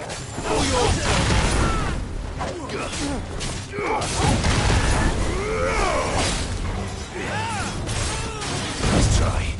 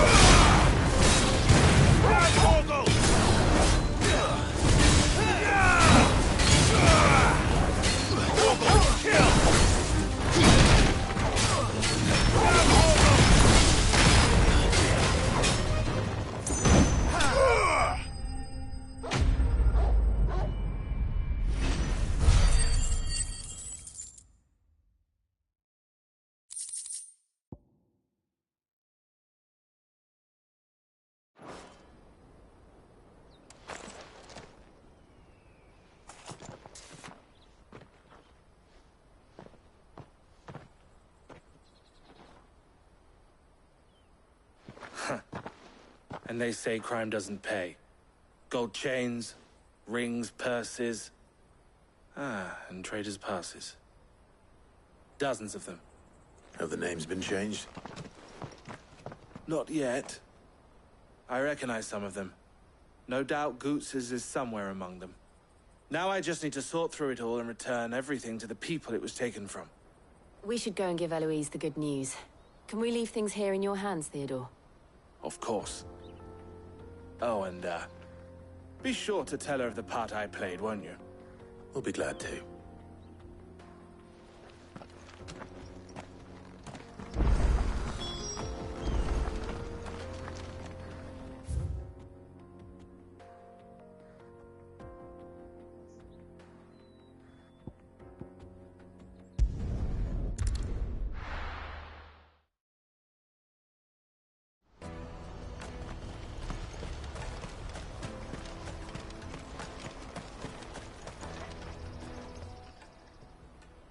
Clive. How goes the hunt? My brother isn't getting in your way, I trust? Quite the opposite.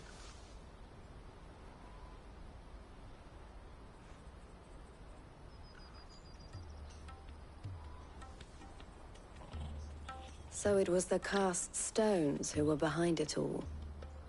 Theo told me he'd been on their trail. And their demise solves 3 problems at a stroke.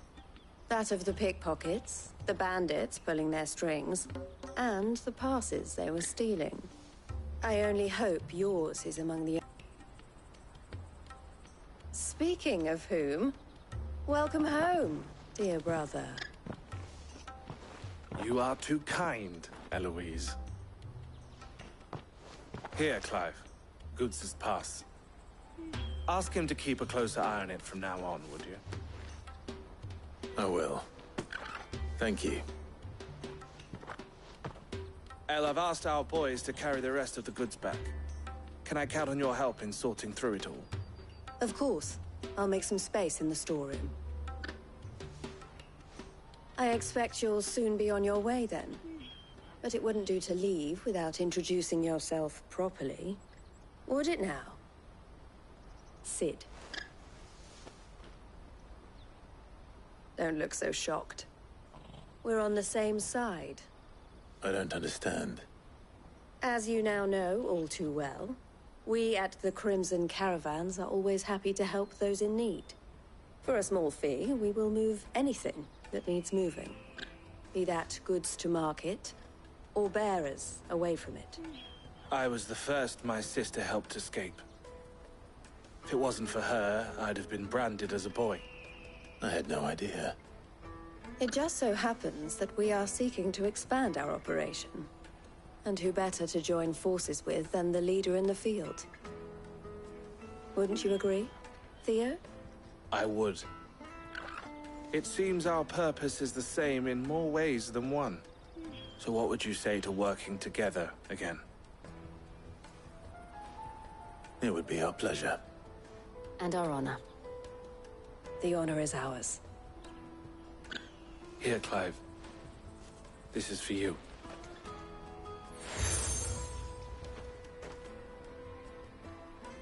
What is it? El has friends in high places, while I have associates in, lower ones. That mark is proof that you're a friend to us both.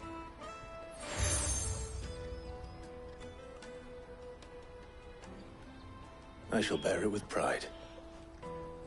Well, all that remains is to wish you a safe onward journey. Goots' pass should secure you a place on the caravan, but if you encounter any difficulties, we would be delighted to provide you with a coach of our own. For a discounted price, of course. Say, 9 million? We'll try the caravan.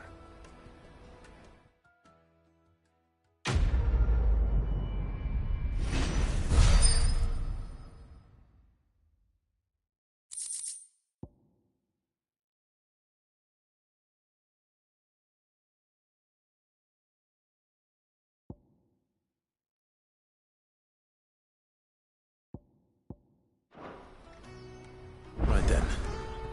Let's get this back to Goots. And then it's on to the Dominion. Let me carry your goods. Pardon me. Would you happen to be a fighting man, perchance?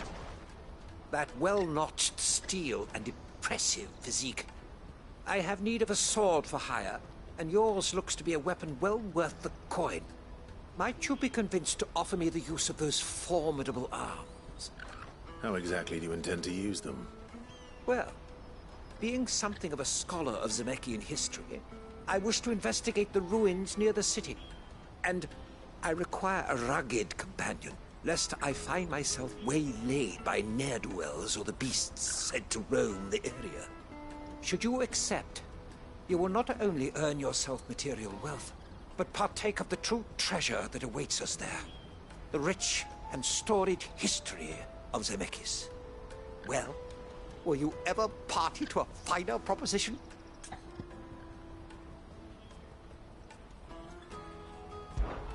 My arms are yours. Wonderful. Then come. We must away. But where are we going?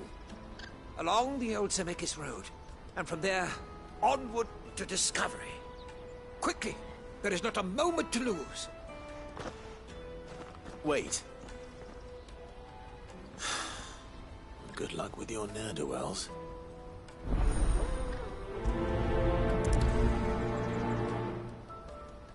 I'd better make sure he doesn't get himself killed.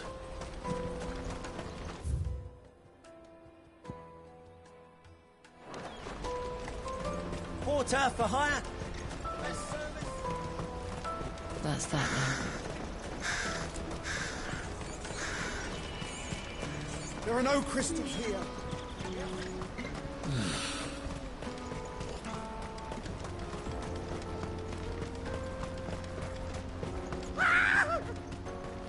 Why am I not surprised? You'll hand over your coin. No one's good for you.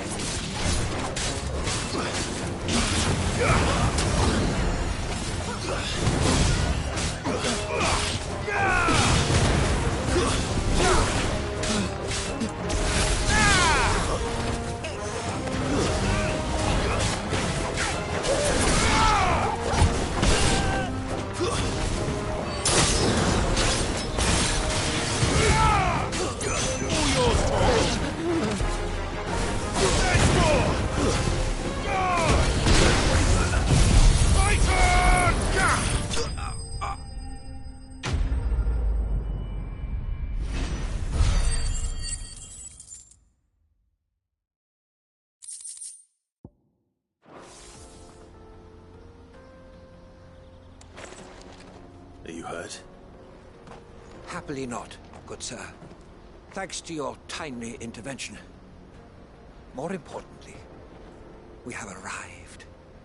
Now, feast your eyes upon the marvel before us. Ruins, a relic of the fallen civilization. A sight so common that man is oft blinded to its wonder. Colossal vessels, dashed from the very heavens. Airships, we call them, with very little thought to what wonders such a word might describe. Oblige me if you would. Does anything strike you as peculiar about this particular specimen?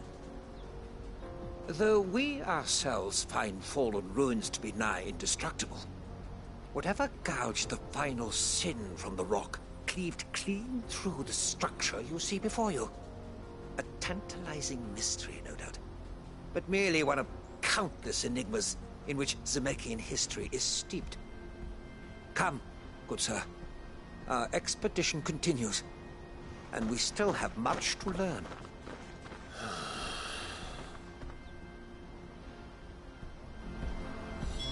He's passionate. I'll give him that.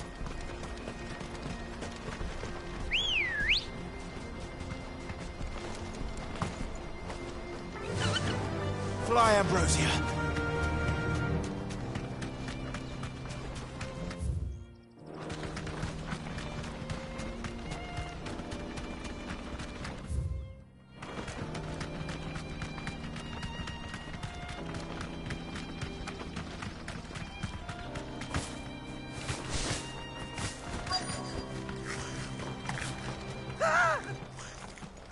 Nordic. All right then. Who's first?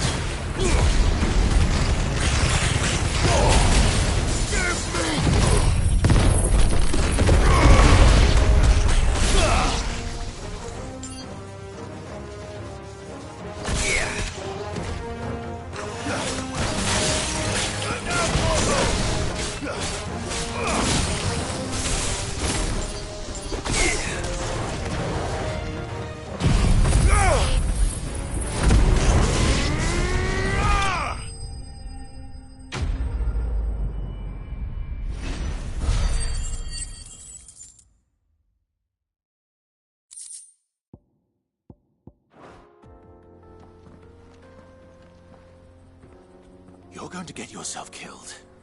Oh, that would not do. That would not do at all. Not when such majesty stretches out before us. Behold, the final sin in all its glory. As Moss tells us, a battle was fought here in ancient times. A battle of such ferocity that it tore a great crater in the very land upon which it was waged. In reaching for their holy sanctum, did man enrage the gods, and great was the vengeance that was rained down upon him. Alas, the full truth of the matter is lost to time, though I live in hope that I might see it discovered. But we must not dwell upon such things. There is more yet to see. Onward! History awaits!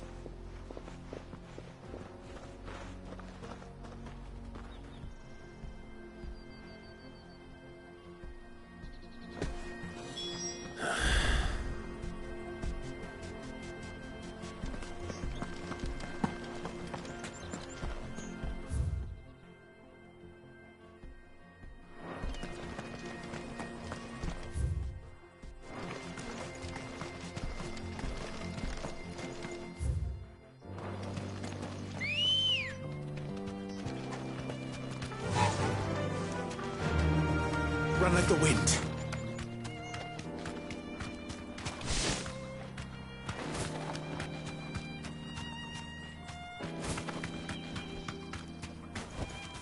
You deserve a rest.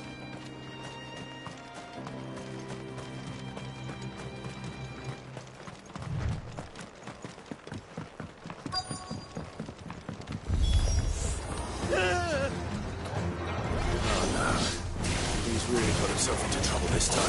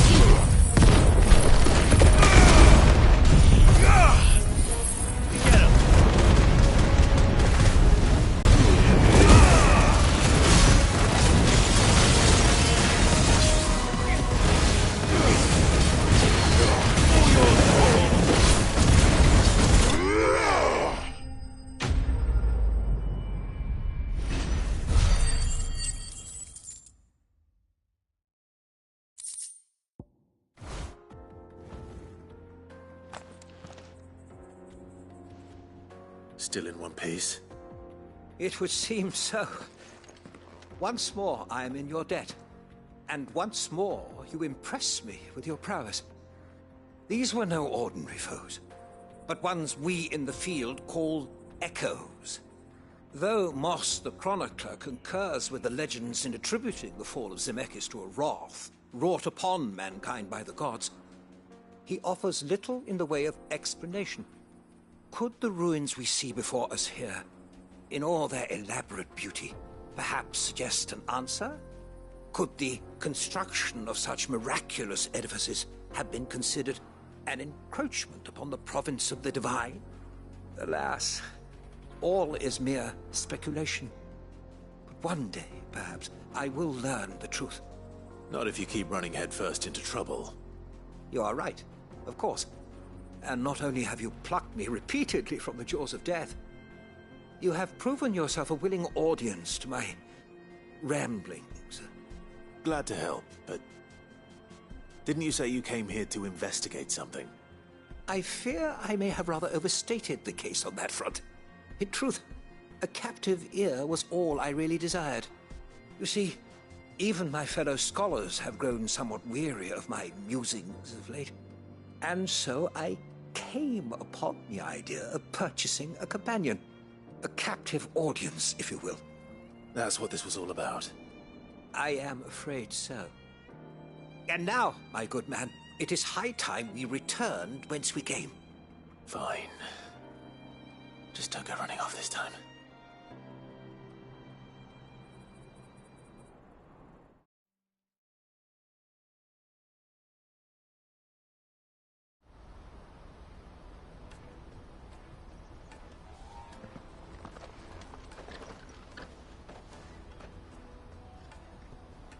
And so ends a delightful day. Here, your reward for humoring my selfish whims, plus a little extra for the trouble I have put you to.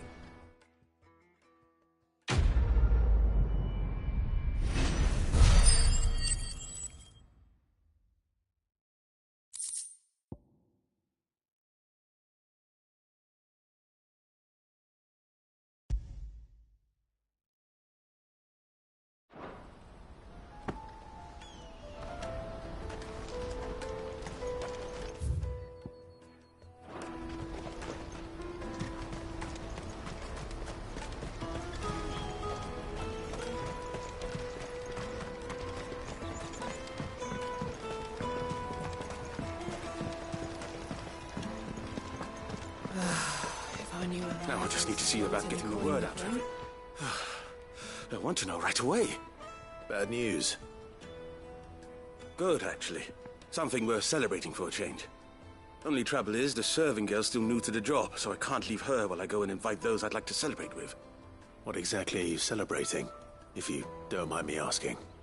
I've come by a particularly fine bottle of red. A Gotan 66, no less. Gotan Rouge is the only good thing to have ever come out of the Empire, and most wouldn't part with a 66 if you held a knife to their throats. So I've heard. Oh, so you know of it then? Clearly you're a gentleman of taste. A gentleman who might sympathize with my predicament, perhaps? Would you pass the good news to a few friends of mine? I'll give you a little something for your time, of course. Sounds simple enough. So you'll do it? Marvelous. Thank you. You won't need to go far. All three of them should be right here in the market. There's Aldrich the porter, Milan the butcher, and Bolek, a guard over at the north gate. Three of the finest fellows in Boklad, if you ask me. Tell them to come to the tavern when they've finished for the day. Stop by again when you let them know, and I'll give you your little something. I'll be right back.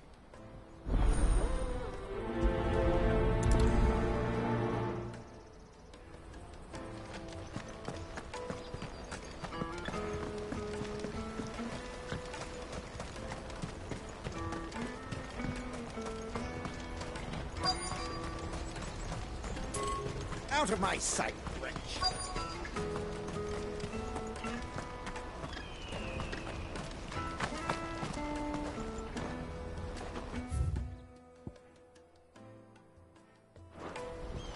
Hurry, man. I've been asked to find Aldrich, the porter. I don't suppose that's you, is it? That's me right enough. You need something delivered? The innkeeper sent me. He said there's a cup of Gotan 66 with your name on it when you're done for the day. A 66? Look at me. If he's just got hold of it now, it must have been in the crates he had me carry down from Sambrek. From the Empire to Boklad. He must be a braver man than most. That's a treacherous route at the best of times. Such is the porter's lot. There's not a patch of storm these feet haven't traipsed across. It's Oriflamme one day, then off to Canva the next. The farther you're willing to go, the fatter the purse.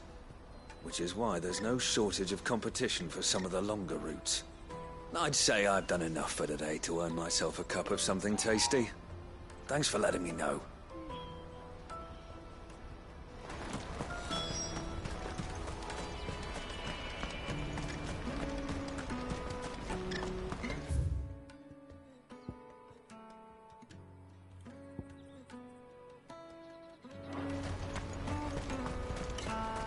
Let me carry your goods. I'm cheap. Peaches and pears. Plates and beans.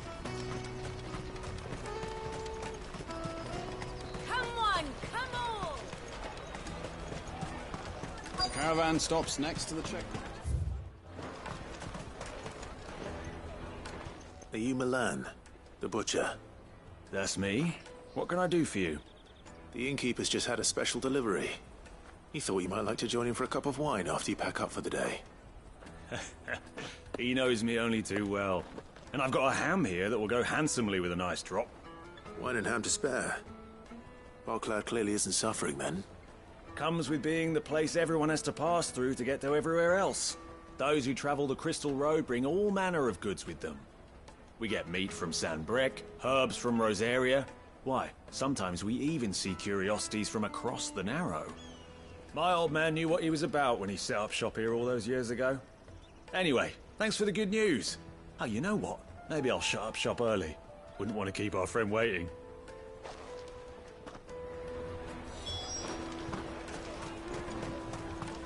You won't find anything of this quality in Twinside.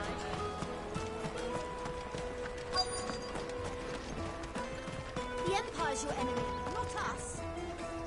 I'm looking for Bolek. I was told he'd be guarding the gate.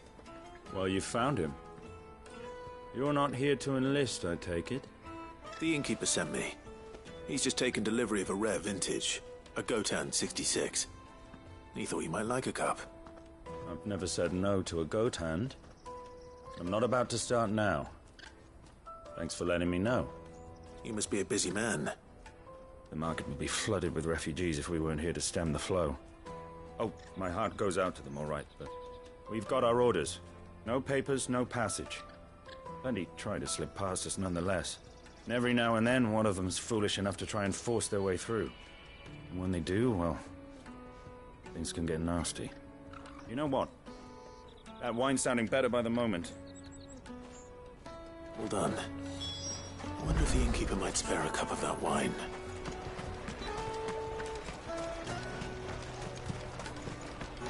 You won't find anything of this quality in Twinside.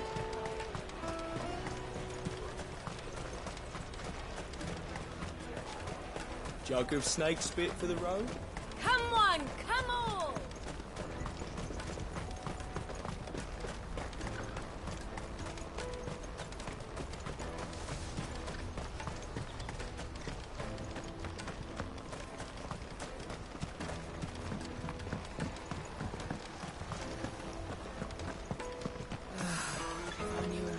Had brought. I spoke to your friends. They'll be along soon. That's fantastic news. Thank you kindly. It's been a while since we all sat down together. And the way I see it, that wine is as much theirs as it is my own. How so? Well, I wouldn't be serving anything but slops without Aldrich to go and fetch the good stuff for me. And then there's Milan, who always sends customers my way. And Bolek, an even-handed keeper of the peace, if ever there was one. Those three are the backbone of Bocklad. Lose any one of them, and the market would soon fall apart. And without the market, I wouldn't have a single customer. I'd say that's worth a bottle of 66, wouldn't you? And more besides. Everyone needs a shoulder to lean on. Be they world-weary innkeepers or brooding swordsmen. Right, I'd better prepare for my guest's arrival. I hear you had me carrying a bottle of Gotan 66. If I'd have known, I would have sold the thing and lived like a lord. I'll settle for a cup, though, if you're in a sharing mood. A Gotan 66. Just as well I had something special of my own set aside. A bottle between the four of us might not be enough to drown our sorrows, but it can't hurt. Here they are, the three pillars of Bocklad. Sit yourselves down, gentlemen. The woes of the world may be monstrous in many, but there's nothing like a few good friends to keep the misery at bay. Never a truer word spoken.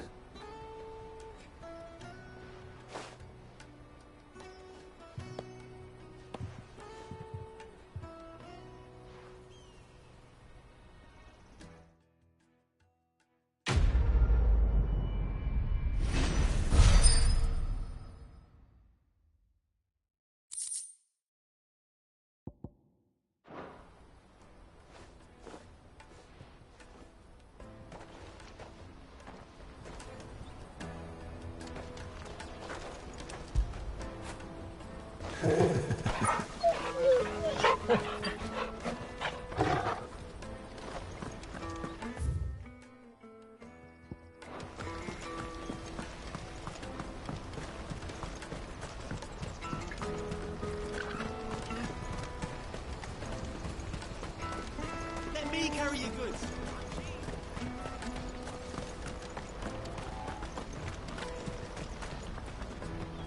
I see you've been of some assistance to Eloise. Perhaps you... finding someone. You see, I've been having trouble with thieves, and despite the many pains I've taken, I can't stop them from rummaging through my packs. I was griping about my lot to a friend of mine a few days back, and he offered to track the culprits down. Now, Joseph's a sellsword, and a good one at that. But he's been gone days, and I'm beginning to fear the worst. Any idea where his search for the thieves might have taken him? The old Zemeckis Road, perhaps? He doubted they would be fool enough to linger here in Boklad. Joseph's lived a hard life. Made him grey long before his time. I just pray he hasn't been killed over a few sacks of grain. I can't imagine there are too many grey-haired sellswords around. Hopefully someone will have seen him.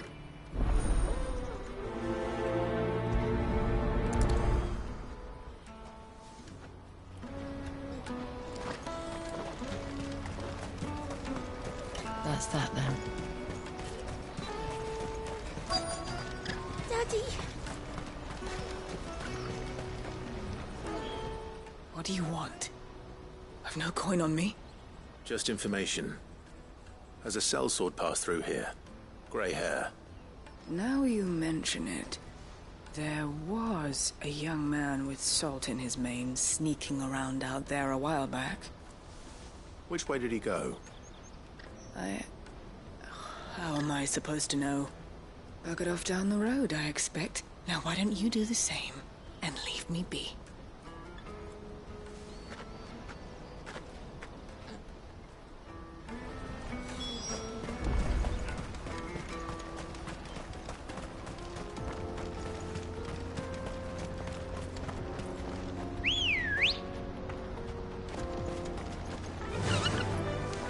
Fly, Ambrosia.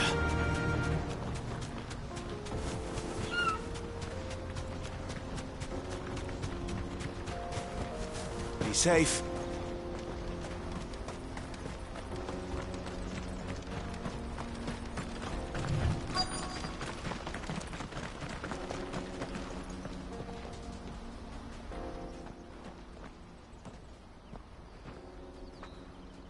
We don't want any trouble. Neither do I. I'm looking for someone. A grey-haired mercenary. Well, we haven't seen him. Yes, we have. We saw him climbing up the rocks. And those ones, over there. Maybe he found his thieves. Mum won't let me near them. She said there's goblins up there, and that they eat little boys for dinner. Shush now. You've said quite enough already. I only told him what you said. I'd listen to your mother if I were you.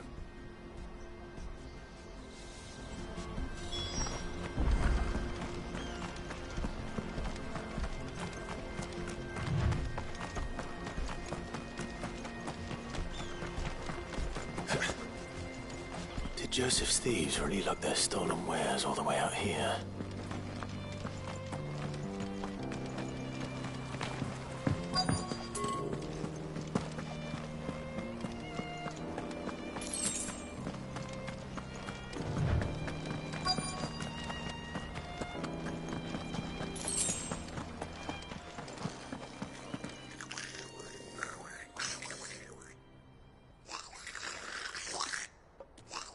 I think we've found our thieves. They don't look happy to see me.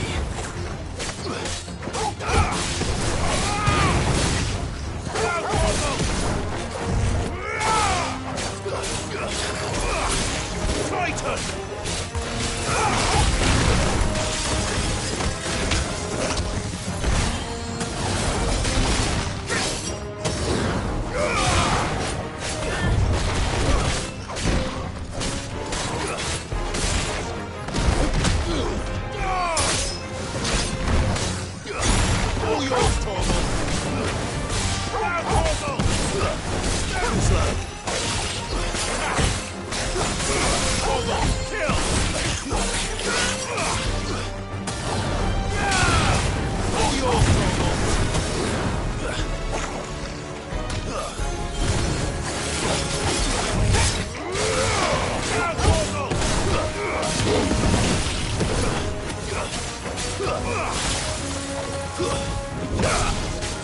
this! All yours, Torgal!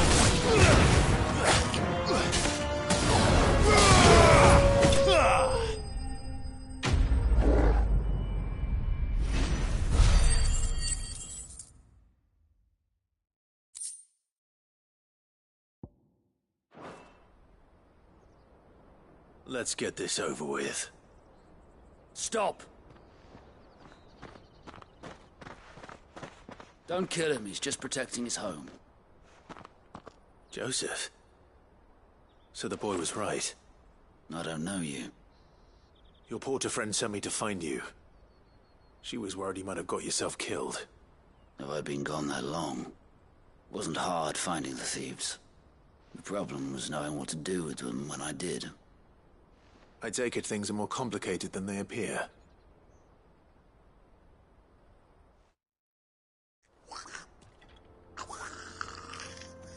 I'd all but ruled out bandits before I even left the market. You know why that is? Because our thieves had no interest in gold or gems, or anything they couldn't eat for that matter. Add to that the rumors of goblins in the area, and the mystery practically solved itself. I soon found their cozy little homestead, and all the missing food. I launched myself at them, full of righteous fury, but their leader was the only one who moved to meet me. The others, they huddled around that food, ready to die protecting it. They stole because it was that or starvation. I've been there myself, back when times were hard. So you spared them, and earned their trust into the bargain by the look of it. These goblins aren't native to the area. They don't know how to survive such barren lands, so I've been teaching them.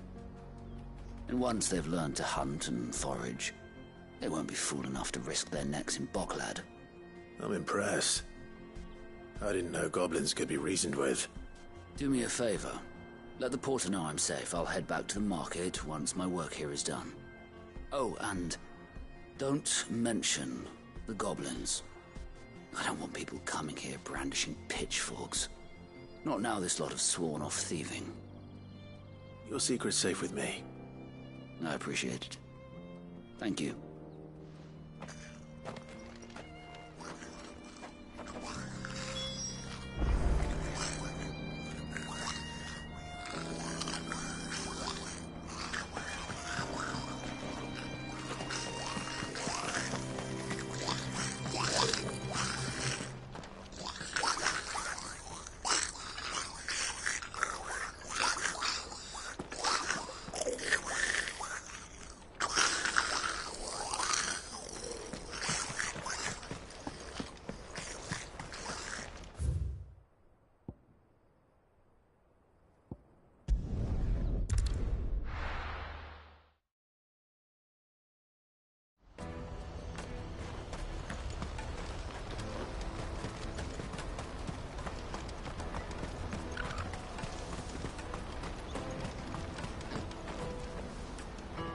Joseph's fine. He'll be back once he's tied up a few loose ends. That's a weight off my shoulders. He certainly knows his business. He found your thieves all right. And I dare say they won't be coming back. A good man to have around, that Joseph.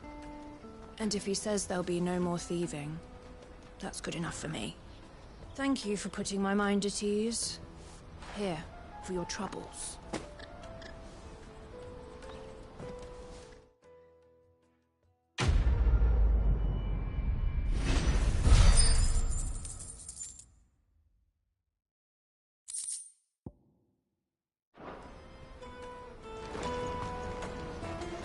For hire, the best service at the best price. Let me carry your goods. I'm cheap. Peaches and pears.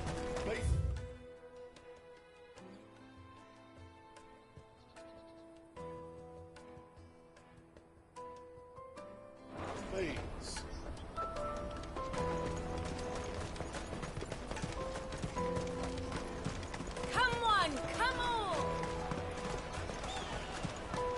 Caravan stops. Juicy pears! What? really want to be is a... Here you are, Good. Try not to lose it again. Me pass! You found it! Oh, thank you so much. Nan would have killed me if I'd come back without it. I'll have to say thanks to Elle and Theo, too. So should you, Hansa. You and your friends don't have to steal anymore. If anyone threatens you again, you know who to turn to. We do. And we already have. Miss Elle's given us a job shifting the chocobo shit out the stables. It's hard work, and the pay isn't half what we got from the Stones. But if we stick at it, we'll keep ourselves fit. You stick at it, then. And Goots, I'm sorry for stealing your pass. That's all right. I've got it back now. And all's well that ends well, eh? You said you're trained to be a blacksmith, right? Well, I'm gonna be your first customer. I'm gonna save up all my gil and get you to make me a massive sword. I'll do me best. Till then, eh?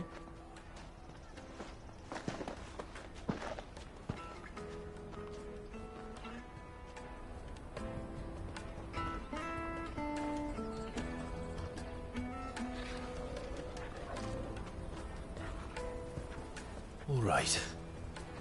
We have a place on the wagon.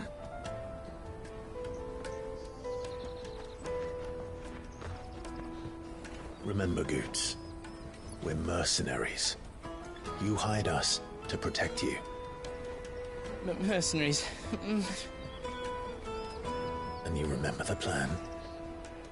You're to ride all the way to Twinside.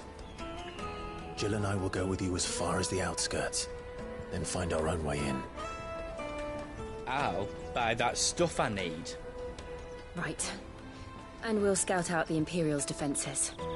There's a square with a big bell tower right in the middle of town. If you get lost, or out goes wrong, we can meet up there. All right. Let's go.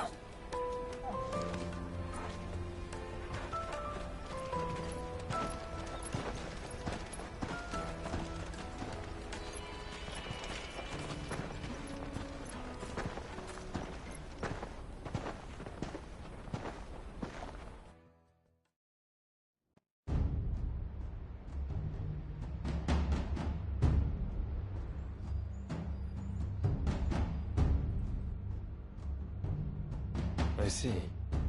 And you're quite certain your father has no knowledge of Ultima? Guilty believing a sinister force has come to exert an influence on Sanbreque. But be that as it may, it is yet to claim my father. For better or worse, his radiance speaks his own mind. Then the fiend works from the shadows.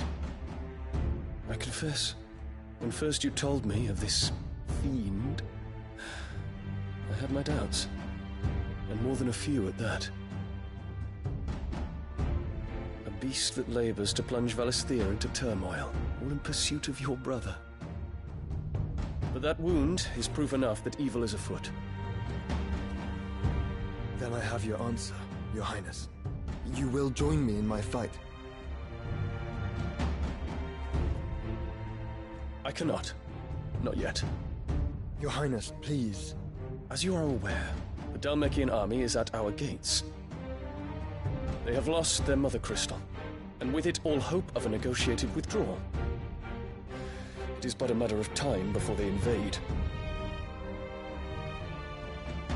If Bahamut is not here to meet them, my people will be slaughtered. Though not by Hugo Kupka, thanks to Ultima's machinations.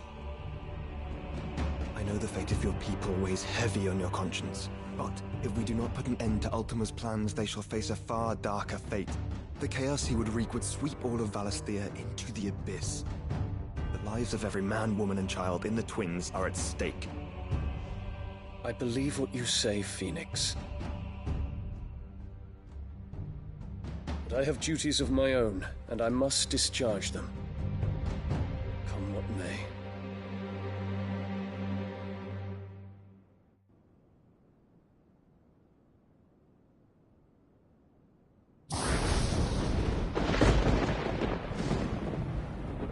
do you know of my blood?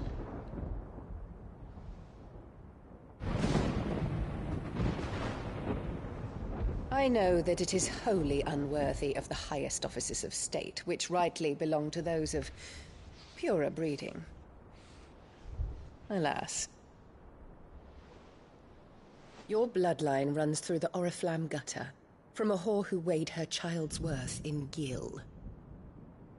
Have you threatened my father? Of course not.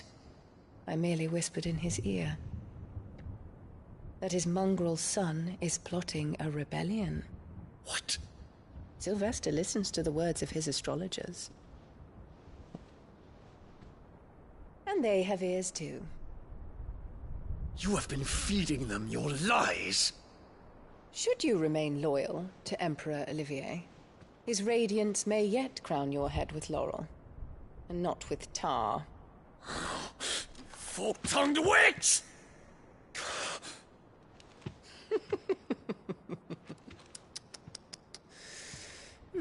In consideration of your long years of service to the Empire, I shall forgive this uncharacteristic rudeness. Now hurry and make ready, Your Imperial Highness. Emperor Olivier expects much of you, Dion. Or should I say, of Bahamut. May your fire reduce his enemies to ash, till all of Valisthea bows to its rightful ruler.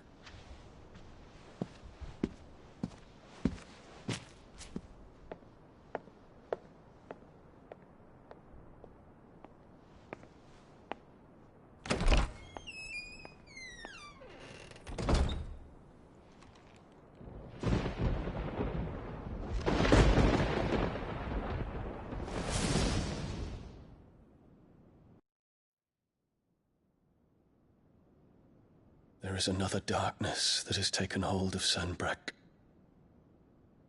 And until its grip is released, the flames of war shall spread ever wider, just as Ultima wishes. Forgive me. My family has caused you much grief. You are not her keeper, Phoenix. This is a matter for the Imperial household now, and as a member of that household, it falls to me to resolve it. At such time as that is done, what strength I have shall be yours.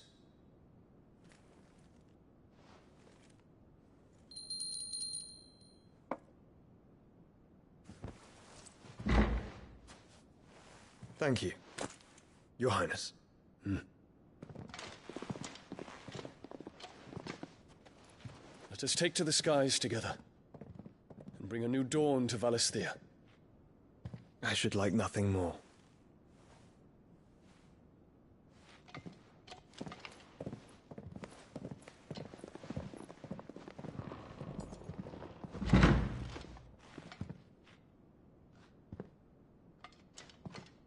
Terence.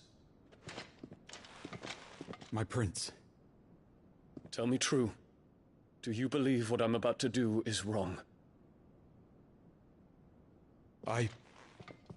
We dragoons have but one leader, Your Highness. And we shall follow him unto the very end. Thank you. And this is my decree. For their crimes against the crown, the traitorous Annabella and her usurping son shall be put to death, and the Empire restored.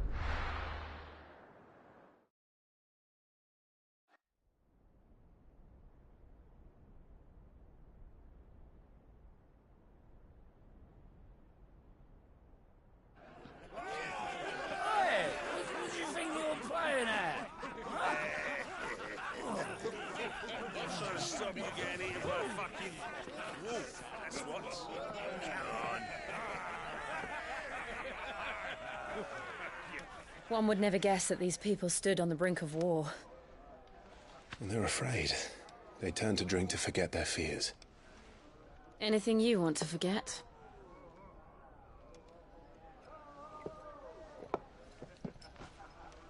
The harbor is empty, and half the market stalls too. The city may seem peaceful on the surface, but it's balanced on a knife edge.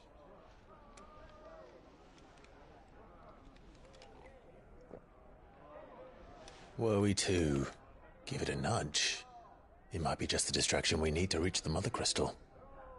I thought you might say that. We should send for Gav. We'll need someone to keep the fires we start from going out. And we can busy ourselves scheming until he gets here. I'll send a Stolas then.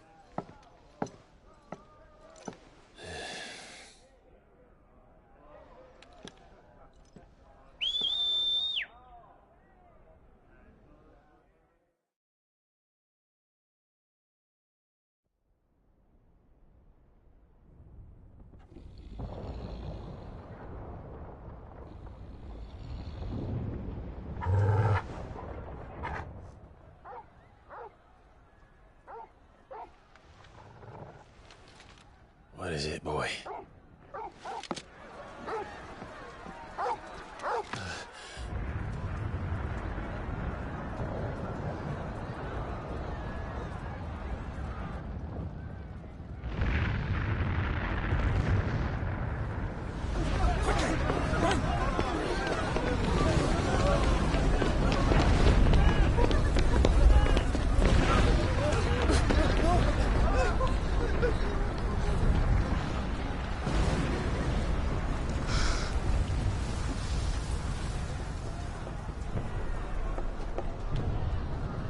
What's happening? I don't know. Torgal!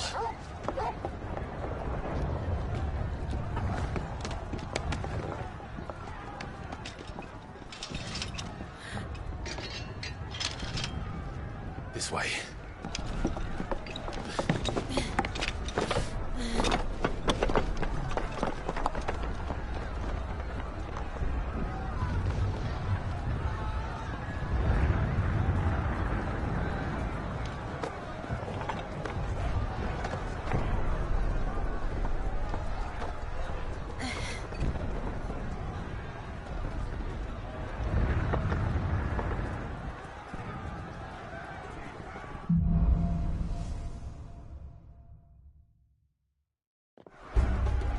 The city's on fire. I'm sure Goots is fine. He'll be making for the square. The one with the bell tower. In the middle of town, right? Guard, watchman or sentry is to be slain on sight. But spare the citizenry. His Highness's orders were clear. Those were Imperial Dragoons.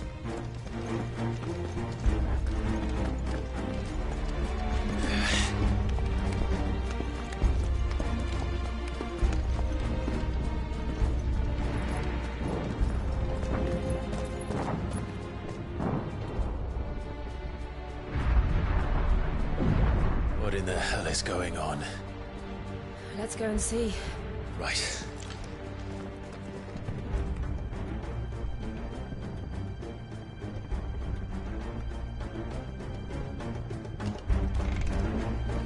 But first we find Goots.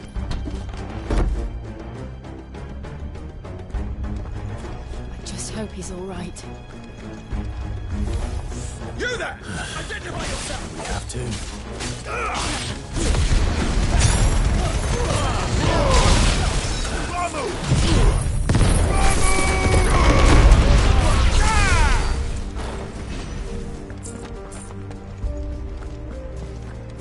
Around! Not quickly!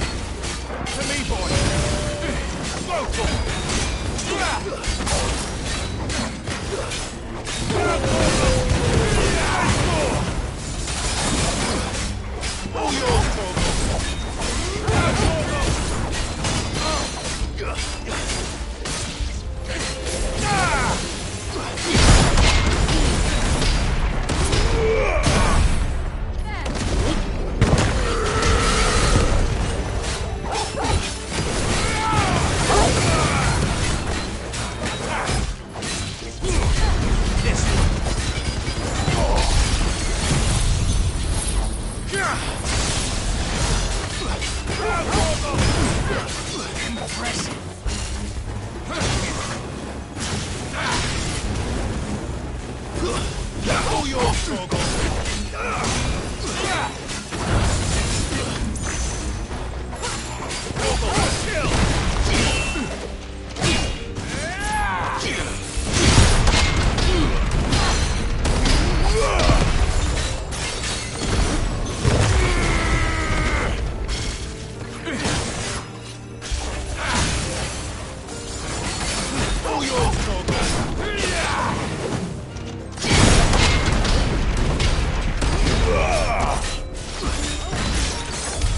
There's no doubt about it. They're dragoons. What is this then? A civil war?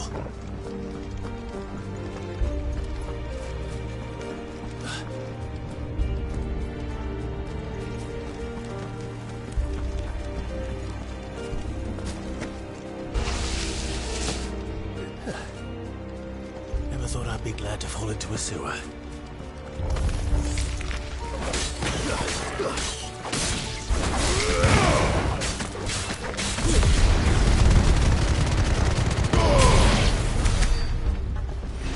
Ward secured, Captain. None of the Emperor's forces remain. Hey, gather the men! You press on to the council chambers. Yes, Captain. What of the men and women in the market district? The evacuation is complete success. Then all that remains is to dethrone the Pretender.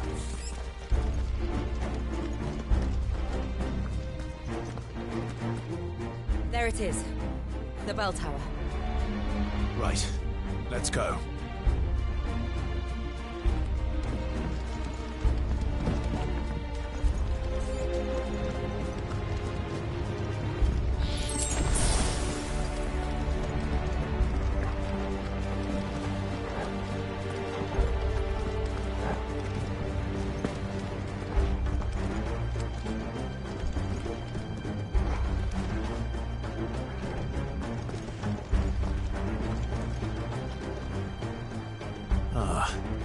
A goods lift.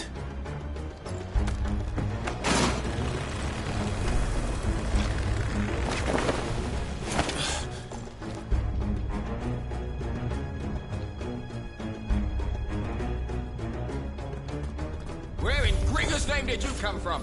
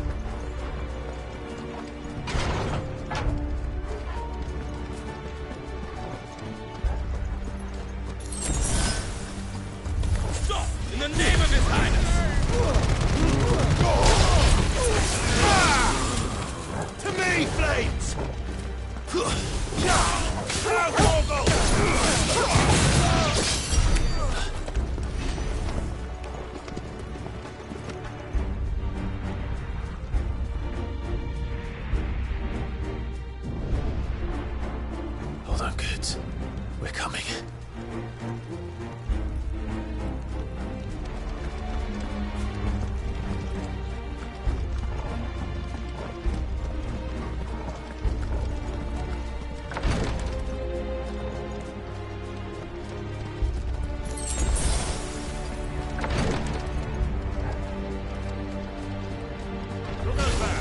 In the prince's name, none shall pass.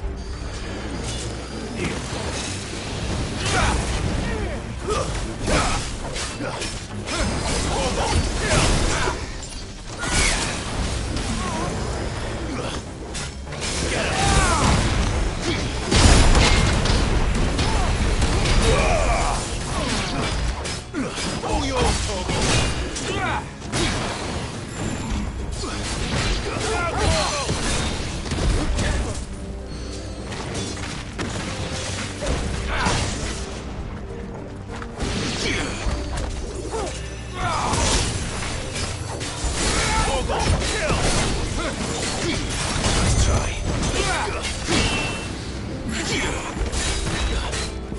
Torgal.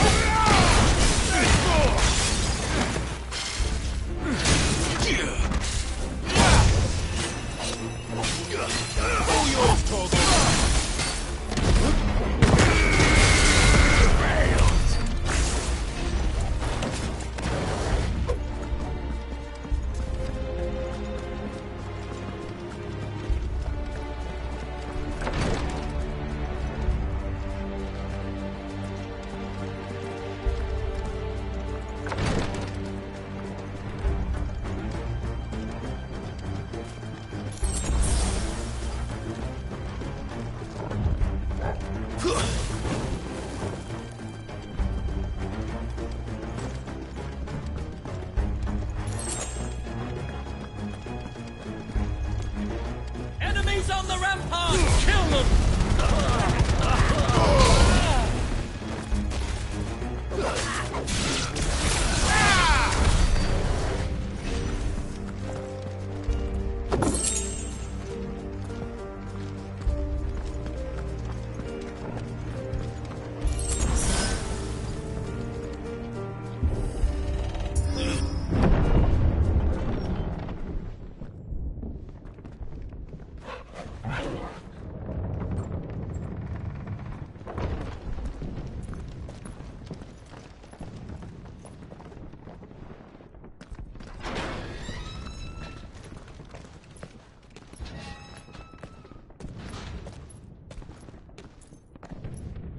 Can you see him anywhere?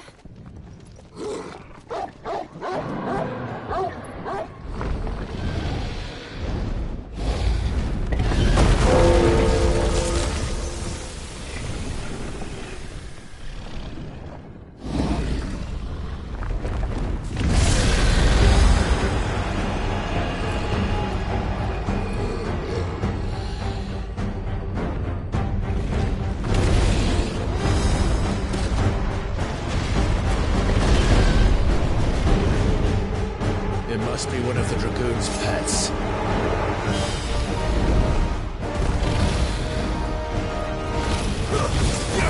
Slow.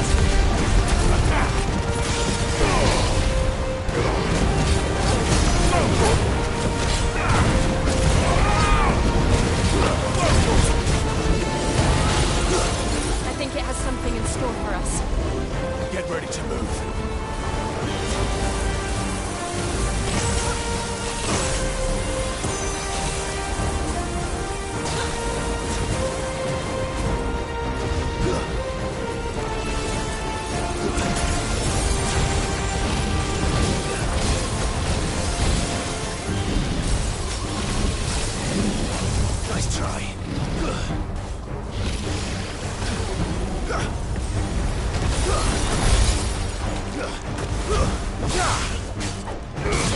Kill!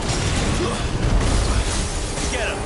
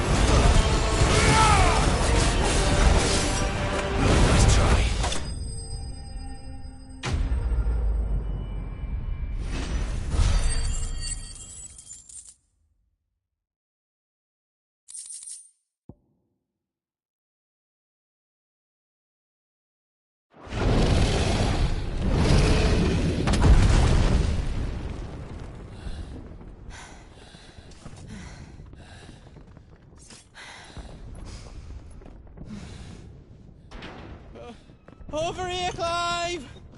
Are you alright? Goots, there you are. I didn't know there'd be a dragon.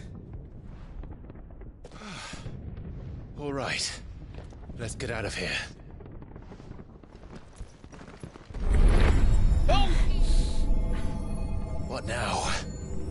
Is that Mother Crystal's heart? What the hell is it doing up there?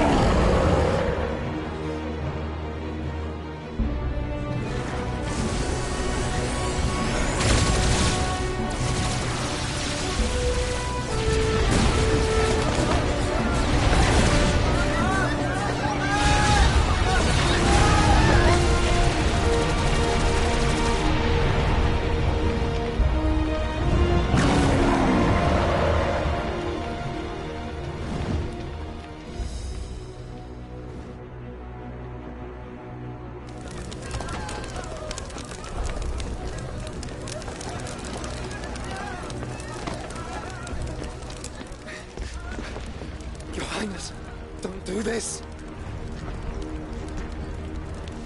We must leave. Now, Your Grace. I beg of you. This is not what he wanted. Something's happened. Forgive me, Yoda, but I must put a stop to this. Your Grace!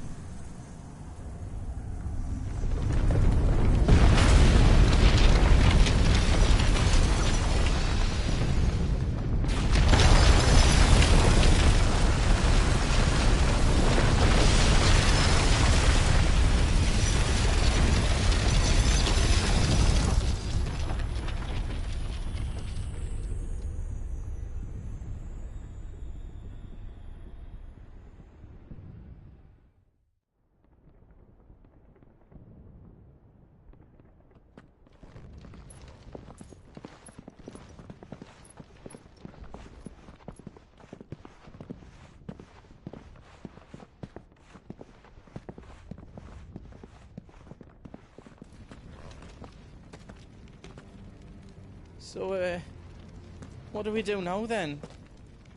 We destroy the heart. Well, he might come back! As soon as the flames die down, the Imperials and the Dalmex will move in. This may be our only chance. And Bahamut has gone for now. You should get as far away as you can, Goots.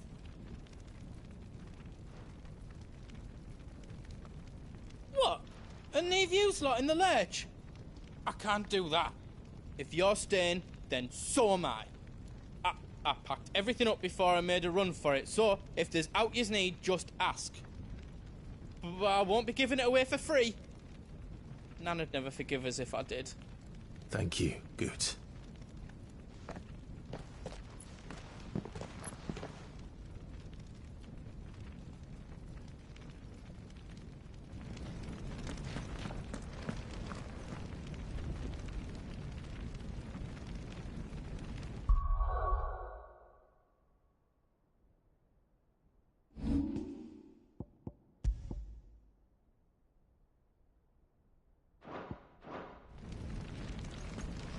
Just let me get me stuff out.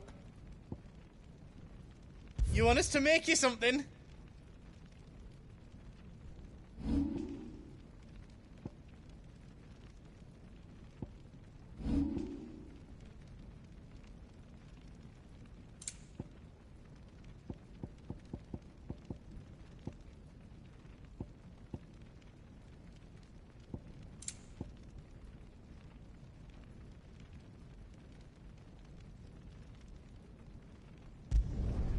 Finished! I think.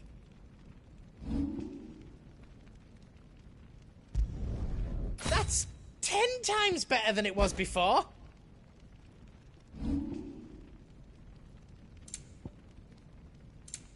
Anything else I can make for you?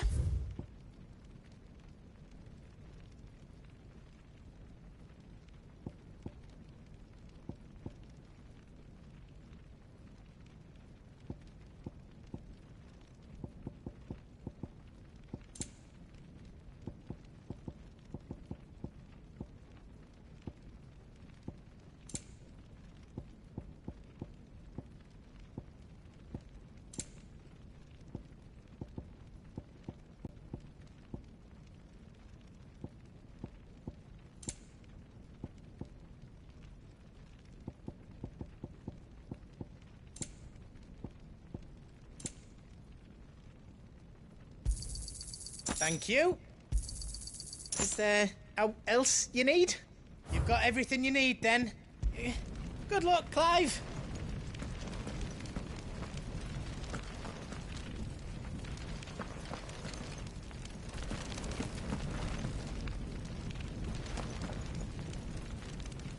Drake's tail is right there, Clive. It's time to free Storm from the Crystal's curse. Oh, it's past time. But remember, Bahamut is still out there. And I dare say we'll be seeing him again before the night is done.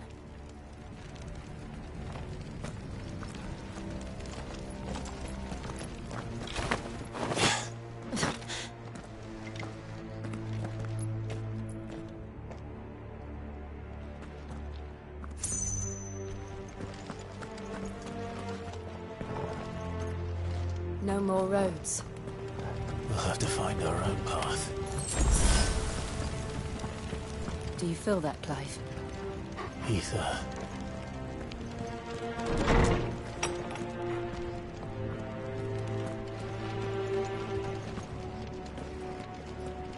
Just what we need. Another flood. Already turned them. Then there's no reason to hold back.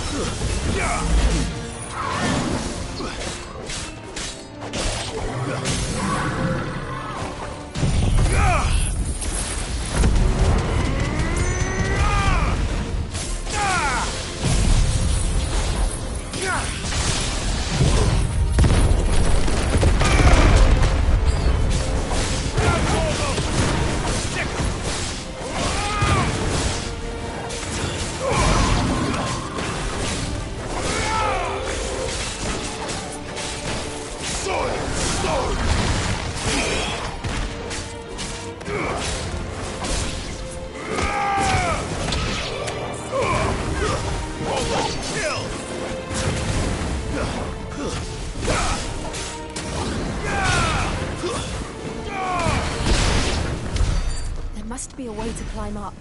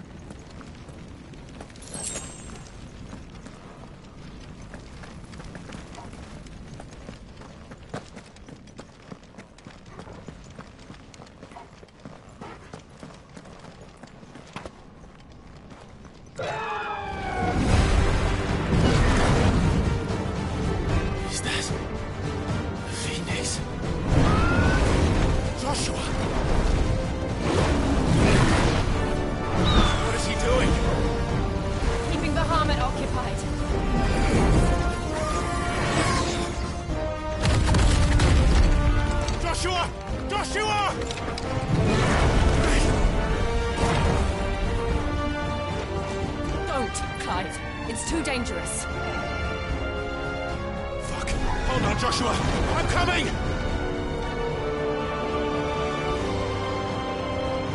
We have to save him. And we will. We just need to keep moving.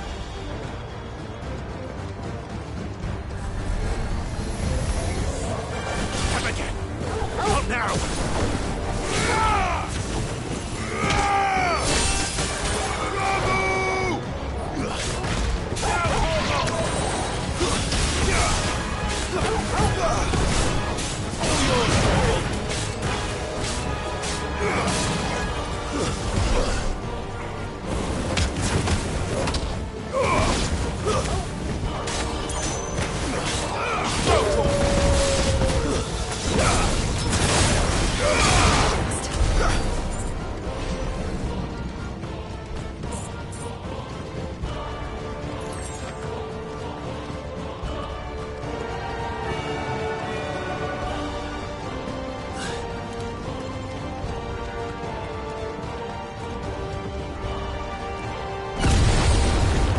What was that?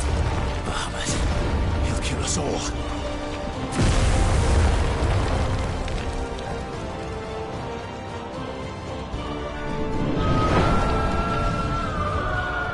There he is. Joshua! I'm here, brother! Clive. He can't hear you. Joshua! They're heading for the heart. And so should we.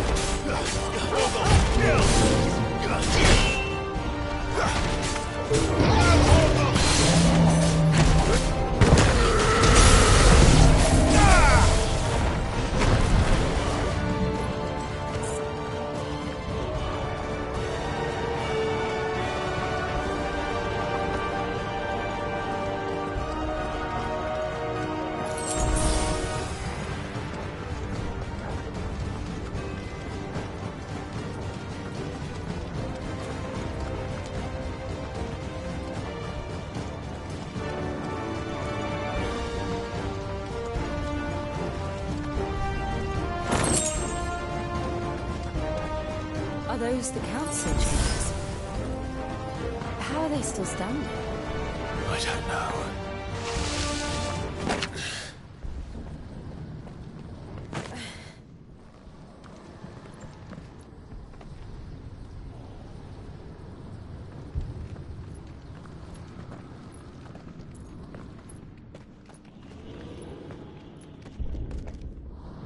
He'll be all right, Clive. He's a survivor. We're getting close.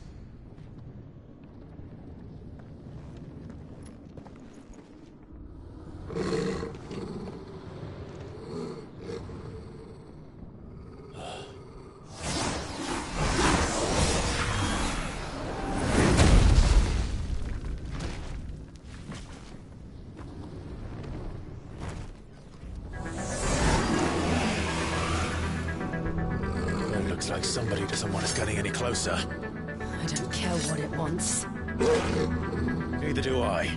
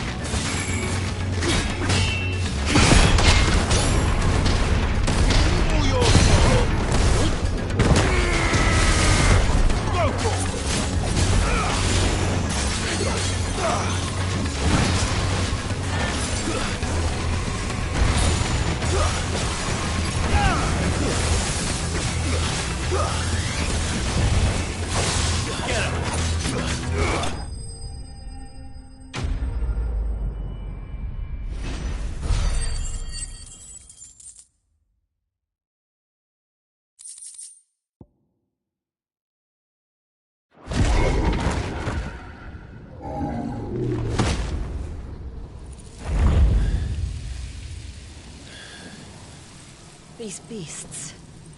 they're getting stronger. We can think about them later. Right now, there's only one thing we need to focus on. The heart.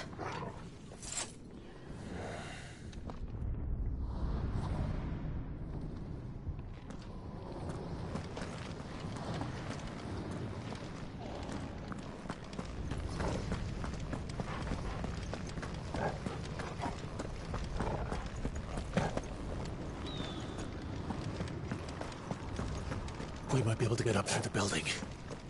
It's worth a try.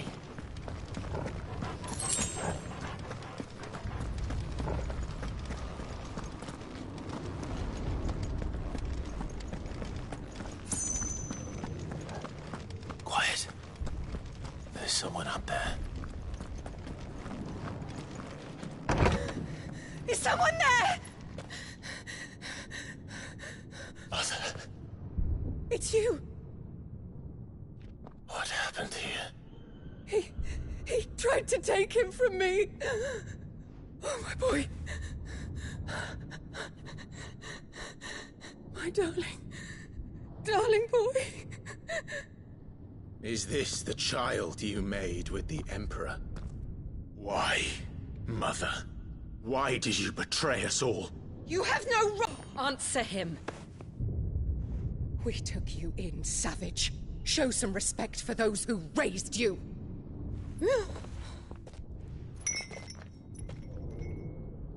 Honorable Elwyn, always thinking of his precious homeland.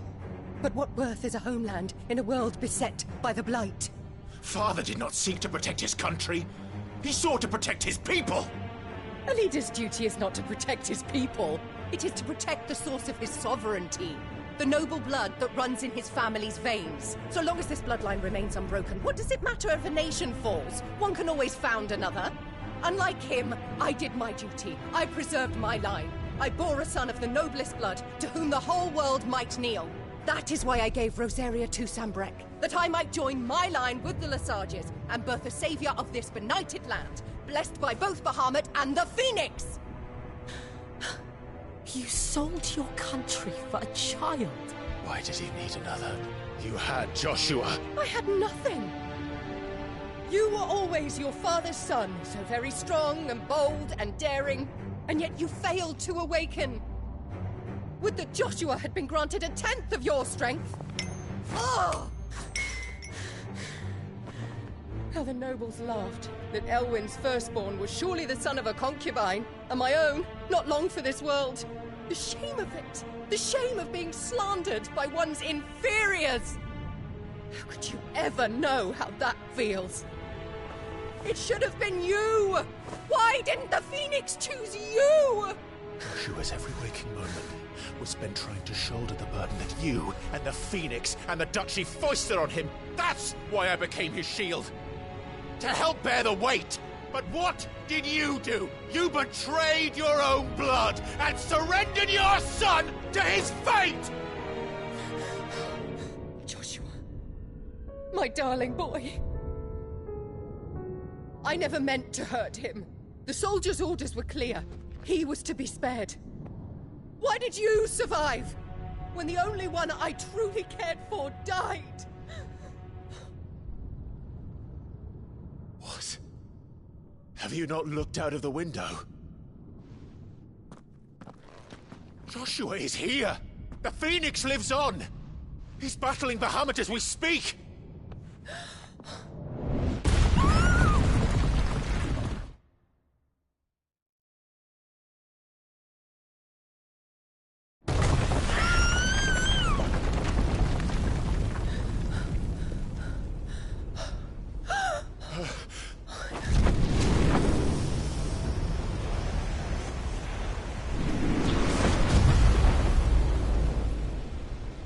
Joshua! Wake up!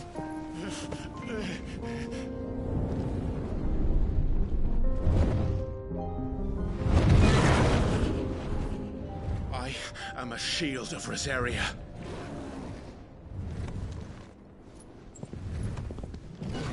And I will do my duty. What are you...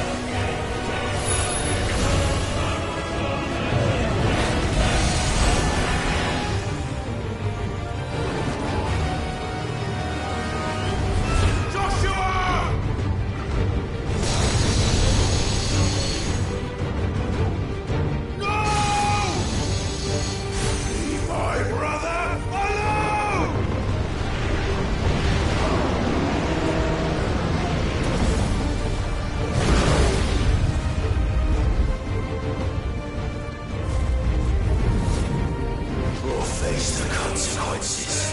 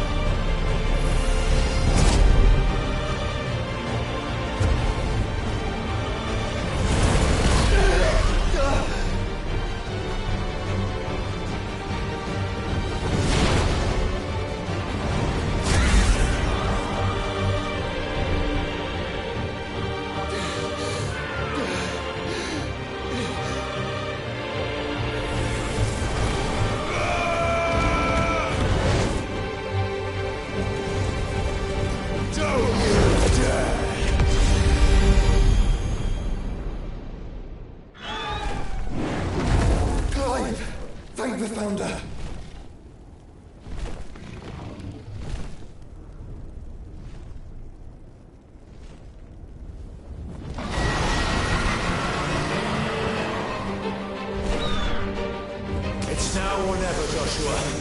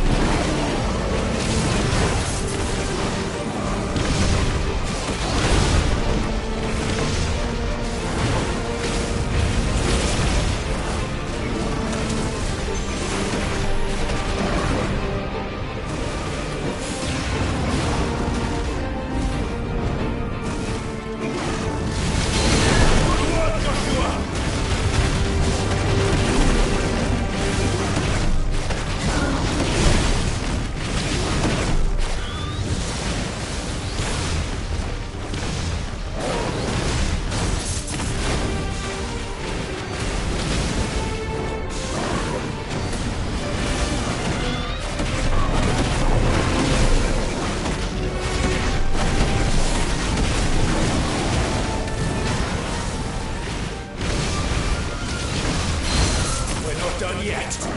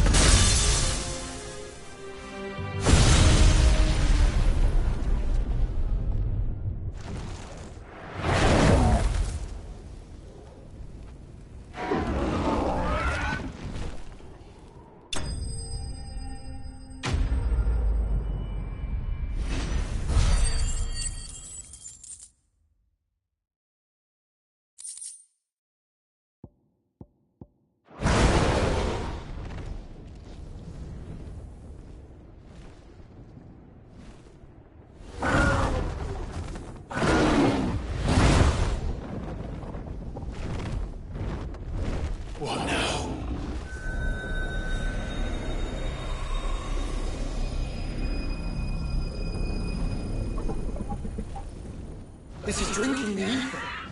We have to stop him.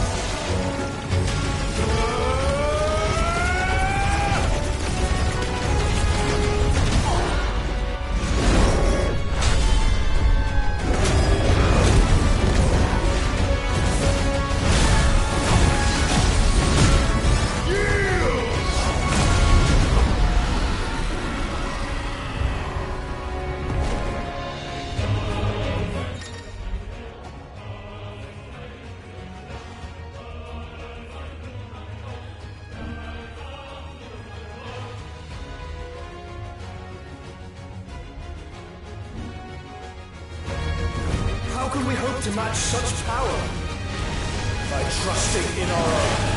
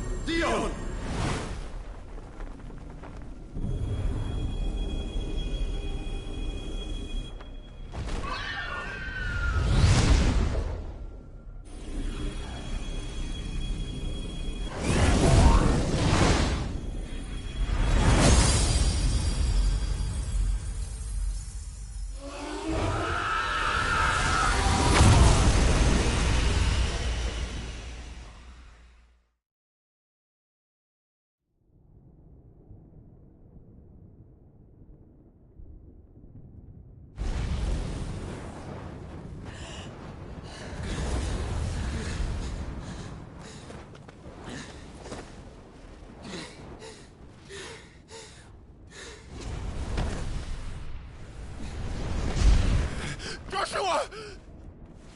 Clive!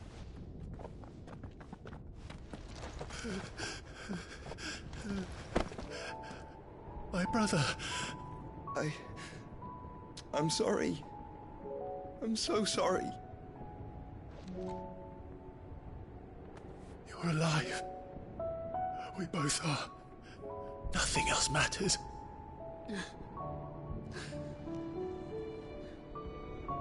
I never dared hope that I would see this day.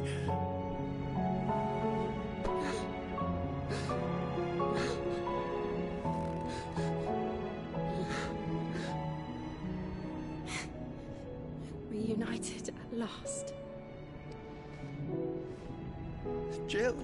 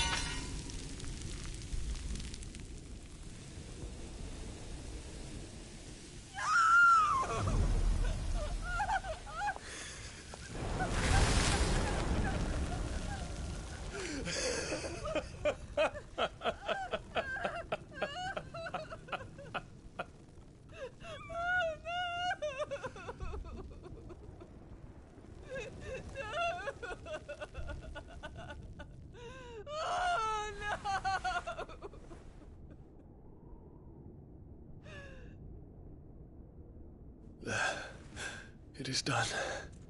The demon that would tear our house apart is no more. Father.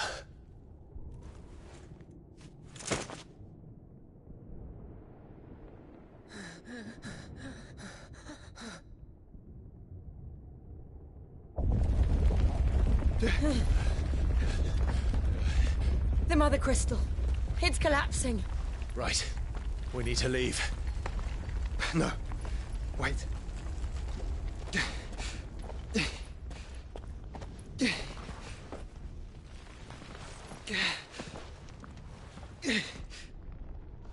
I owe him a debt.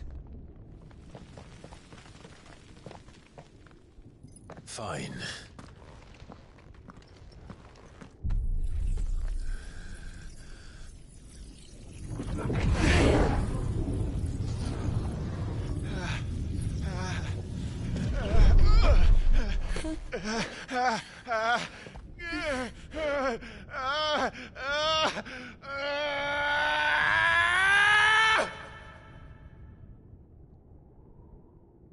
You there.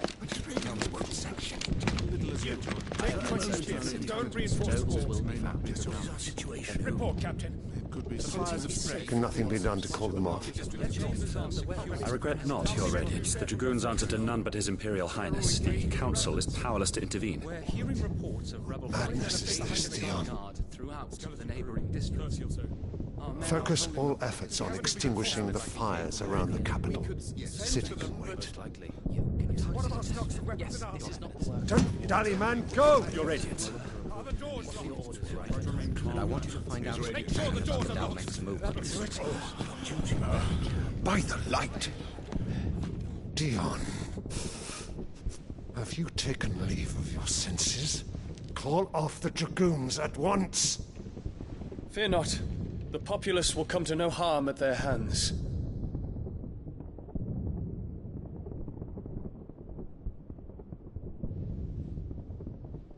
I am here to save you, Father. Save me? A creeping darkness hides in the heart of Sanbreque. It stems from your wife, the traitorous Annabella.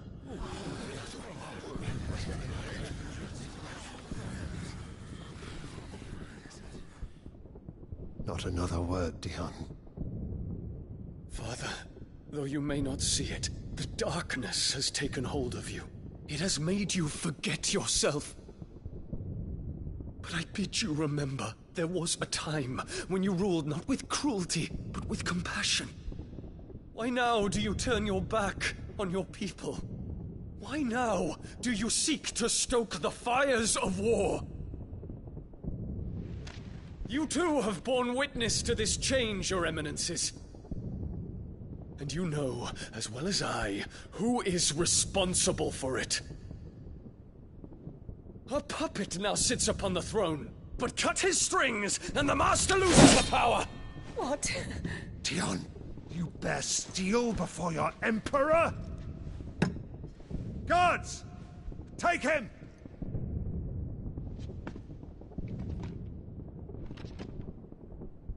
For every citizen who falls, another can be bred. For every home that burns, another can be built. Those were your words. But when the last of your citizens has fallen, and all of their homes have been reduced to ash, what will become of your empire, of its rulers, of your god? As the mother crystals crumble one by one, and the blight sweeps in to claim all that we hold dear, our people look to their emperor for protection. Yet he labors not to secure their futures, but to seize what is left of the twins for himself. Even if it should come at the cost of everything his loyal citizens have labored to build. Dion, you must understand. A small price to pay, is it not? You've been blessed with great power, Dion. Enough to win me the world. So go, claim Valisthea for me, brother.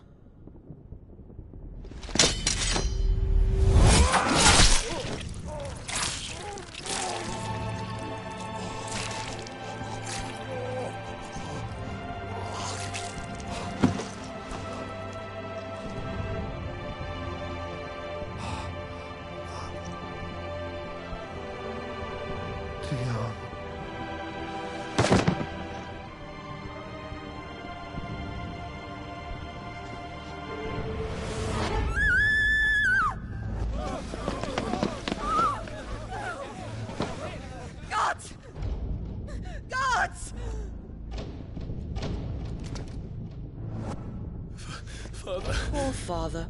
How he doted on his children. That he would die to protect me was plain. It was but a matter of when. You planned this? You did well to endure so long. But you broke in the end, as I knew you would. And now Muthos approaches. Put him to the proof. I would see if he breaks. Go, Bahamut. Kinslayer.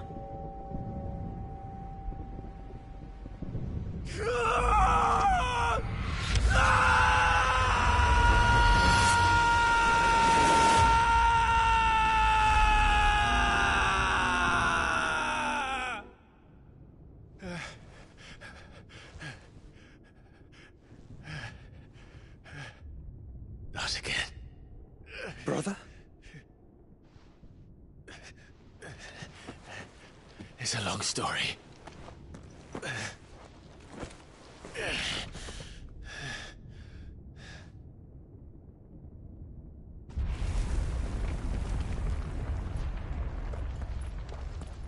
You cannot stay here, Mother. Come. Take my hand.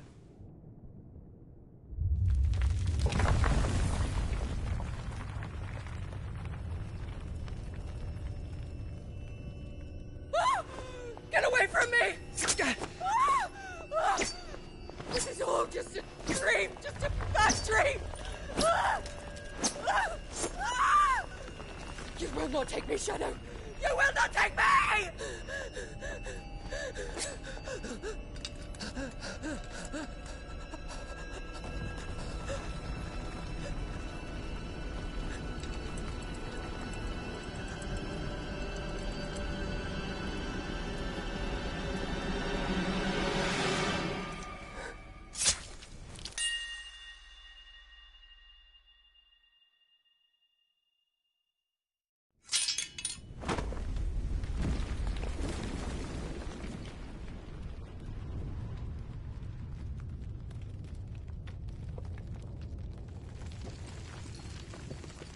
Mother.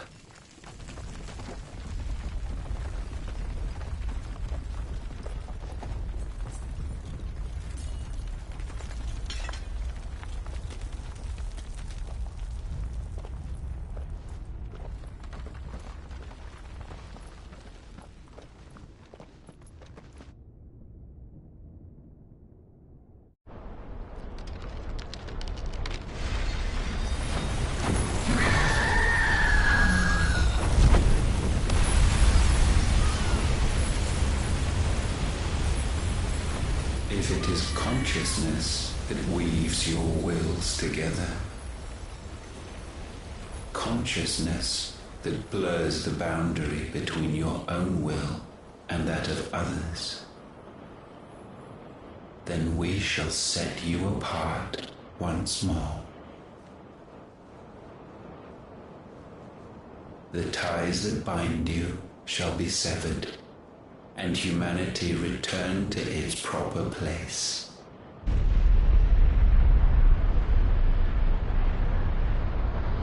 By primogenesis shall a new age of reason begin.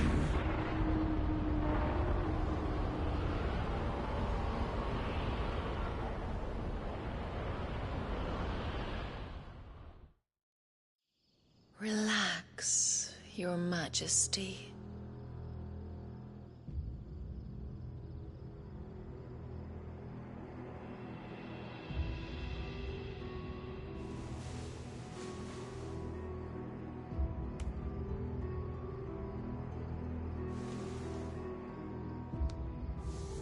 Don't you want to play?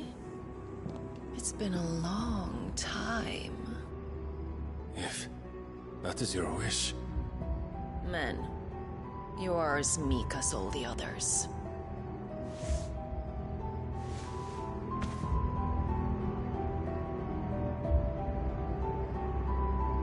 Such feeble creatures.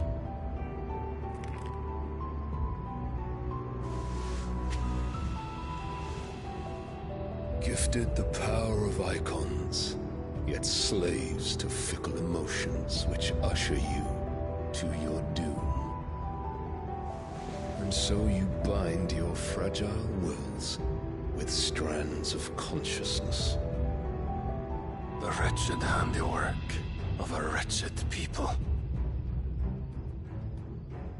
The Sons of Fire were united at last, and for but a moment their flame burned bright. Soon, Muthos shall become our perfect vessel. And then shall the world be remade. Not before the bonds are severed, of trust, of respect. May Muthos return to our side. By primogenesis shall all be undone. Mankind shall be rid of his wretchedness, and Muthos of his will.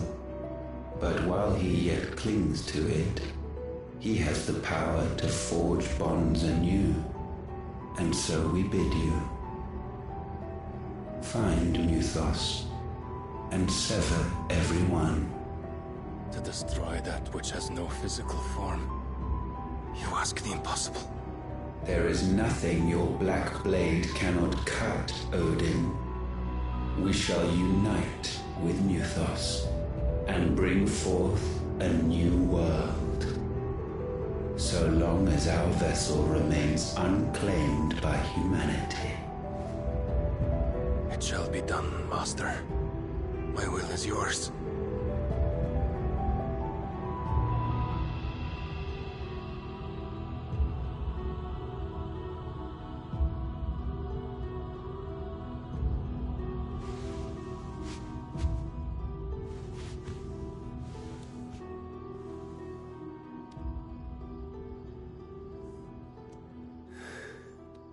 Mother.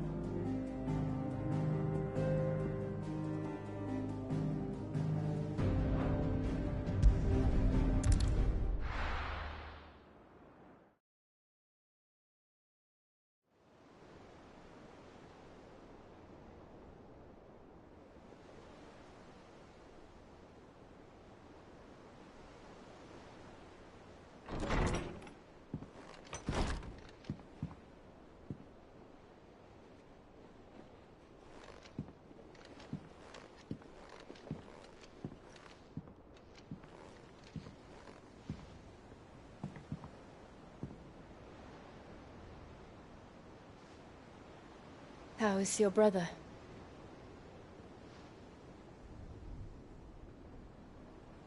Asleep since I returned from the Dominion. Talia says he should be back on his feet soon enough. For a while, at least. She discovered something on his chest. A swelling, circled in stone. The curse.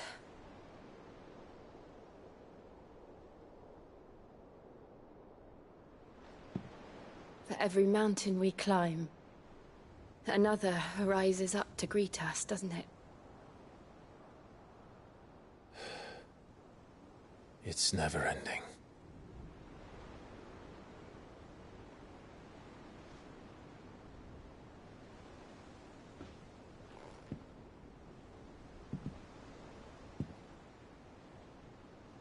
Even the sky seems to have grown tired of it all.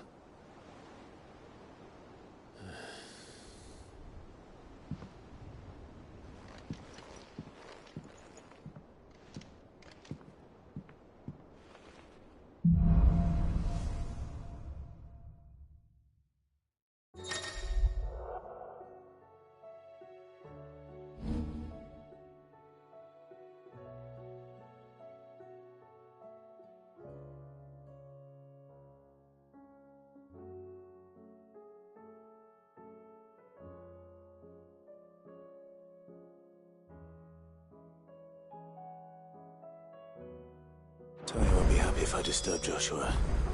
While he rests, I might as well see what Otto has to say.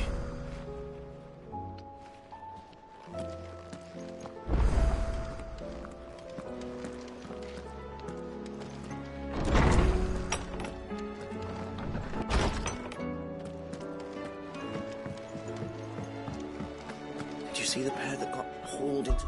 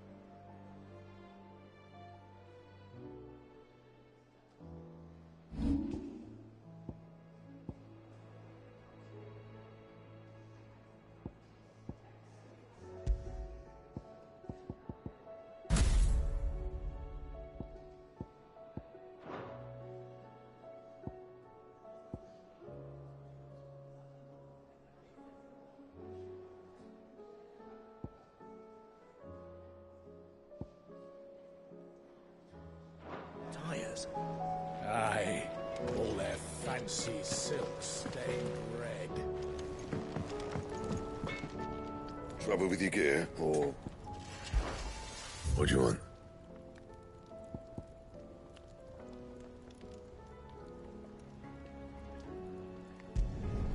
Should last you a good while.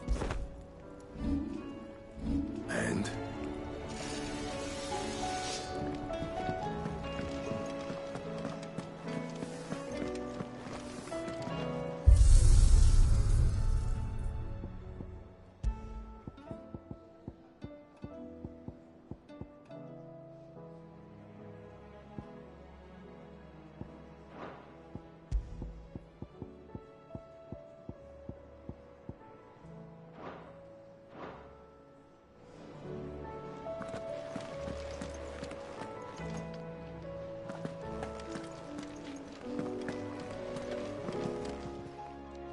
Clive. If you're gonna buy something, be quick about it.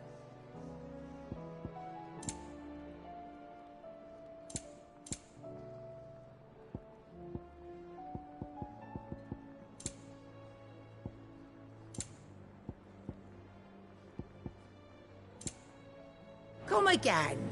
Or don't. I'm not much bothered Seems either the way. hideaway's lost its...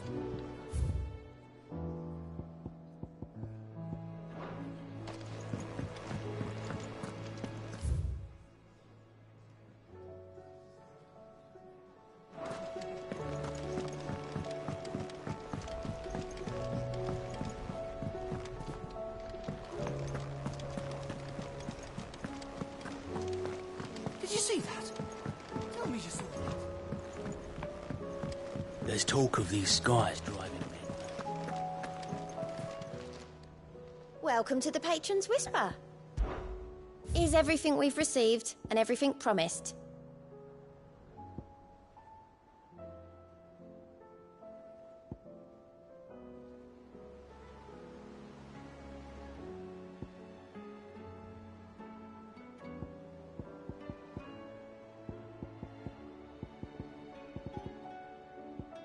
Best of luck out there, Sid.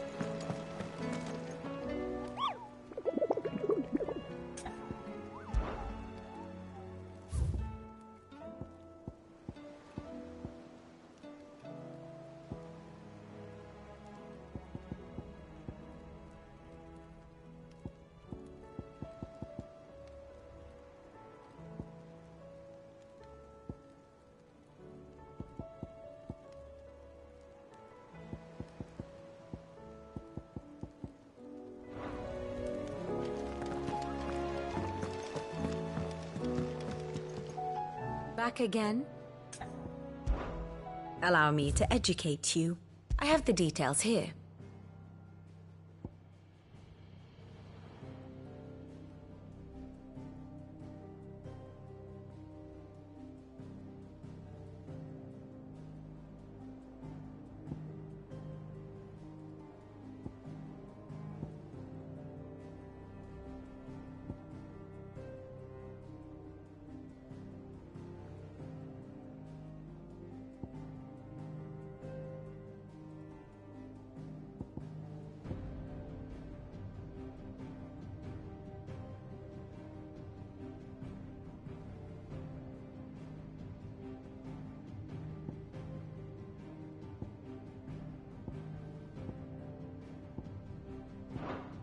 The state of the realm is ever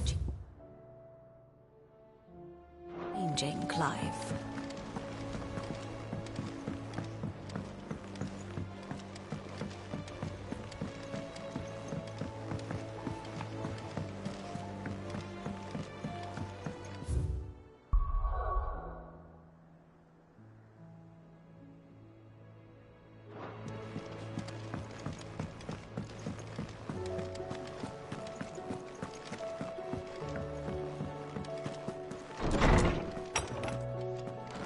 Is a storm coming, Sid? Good morrow to you, my friend. I don't believe you've read this particular chapter before.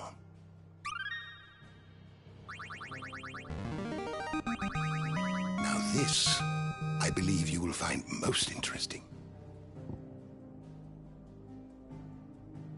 What subject shall we consider today?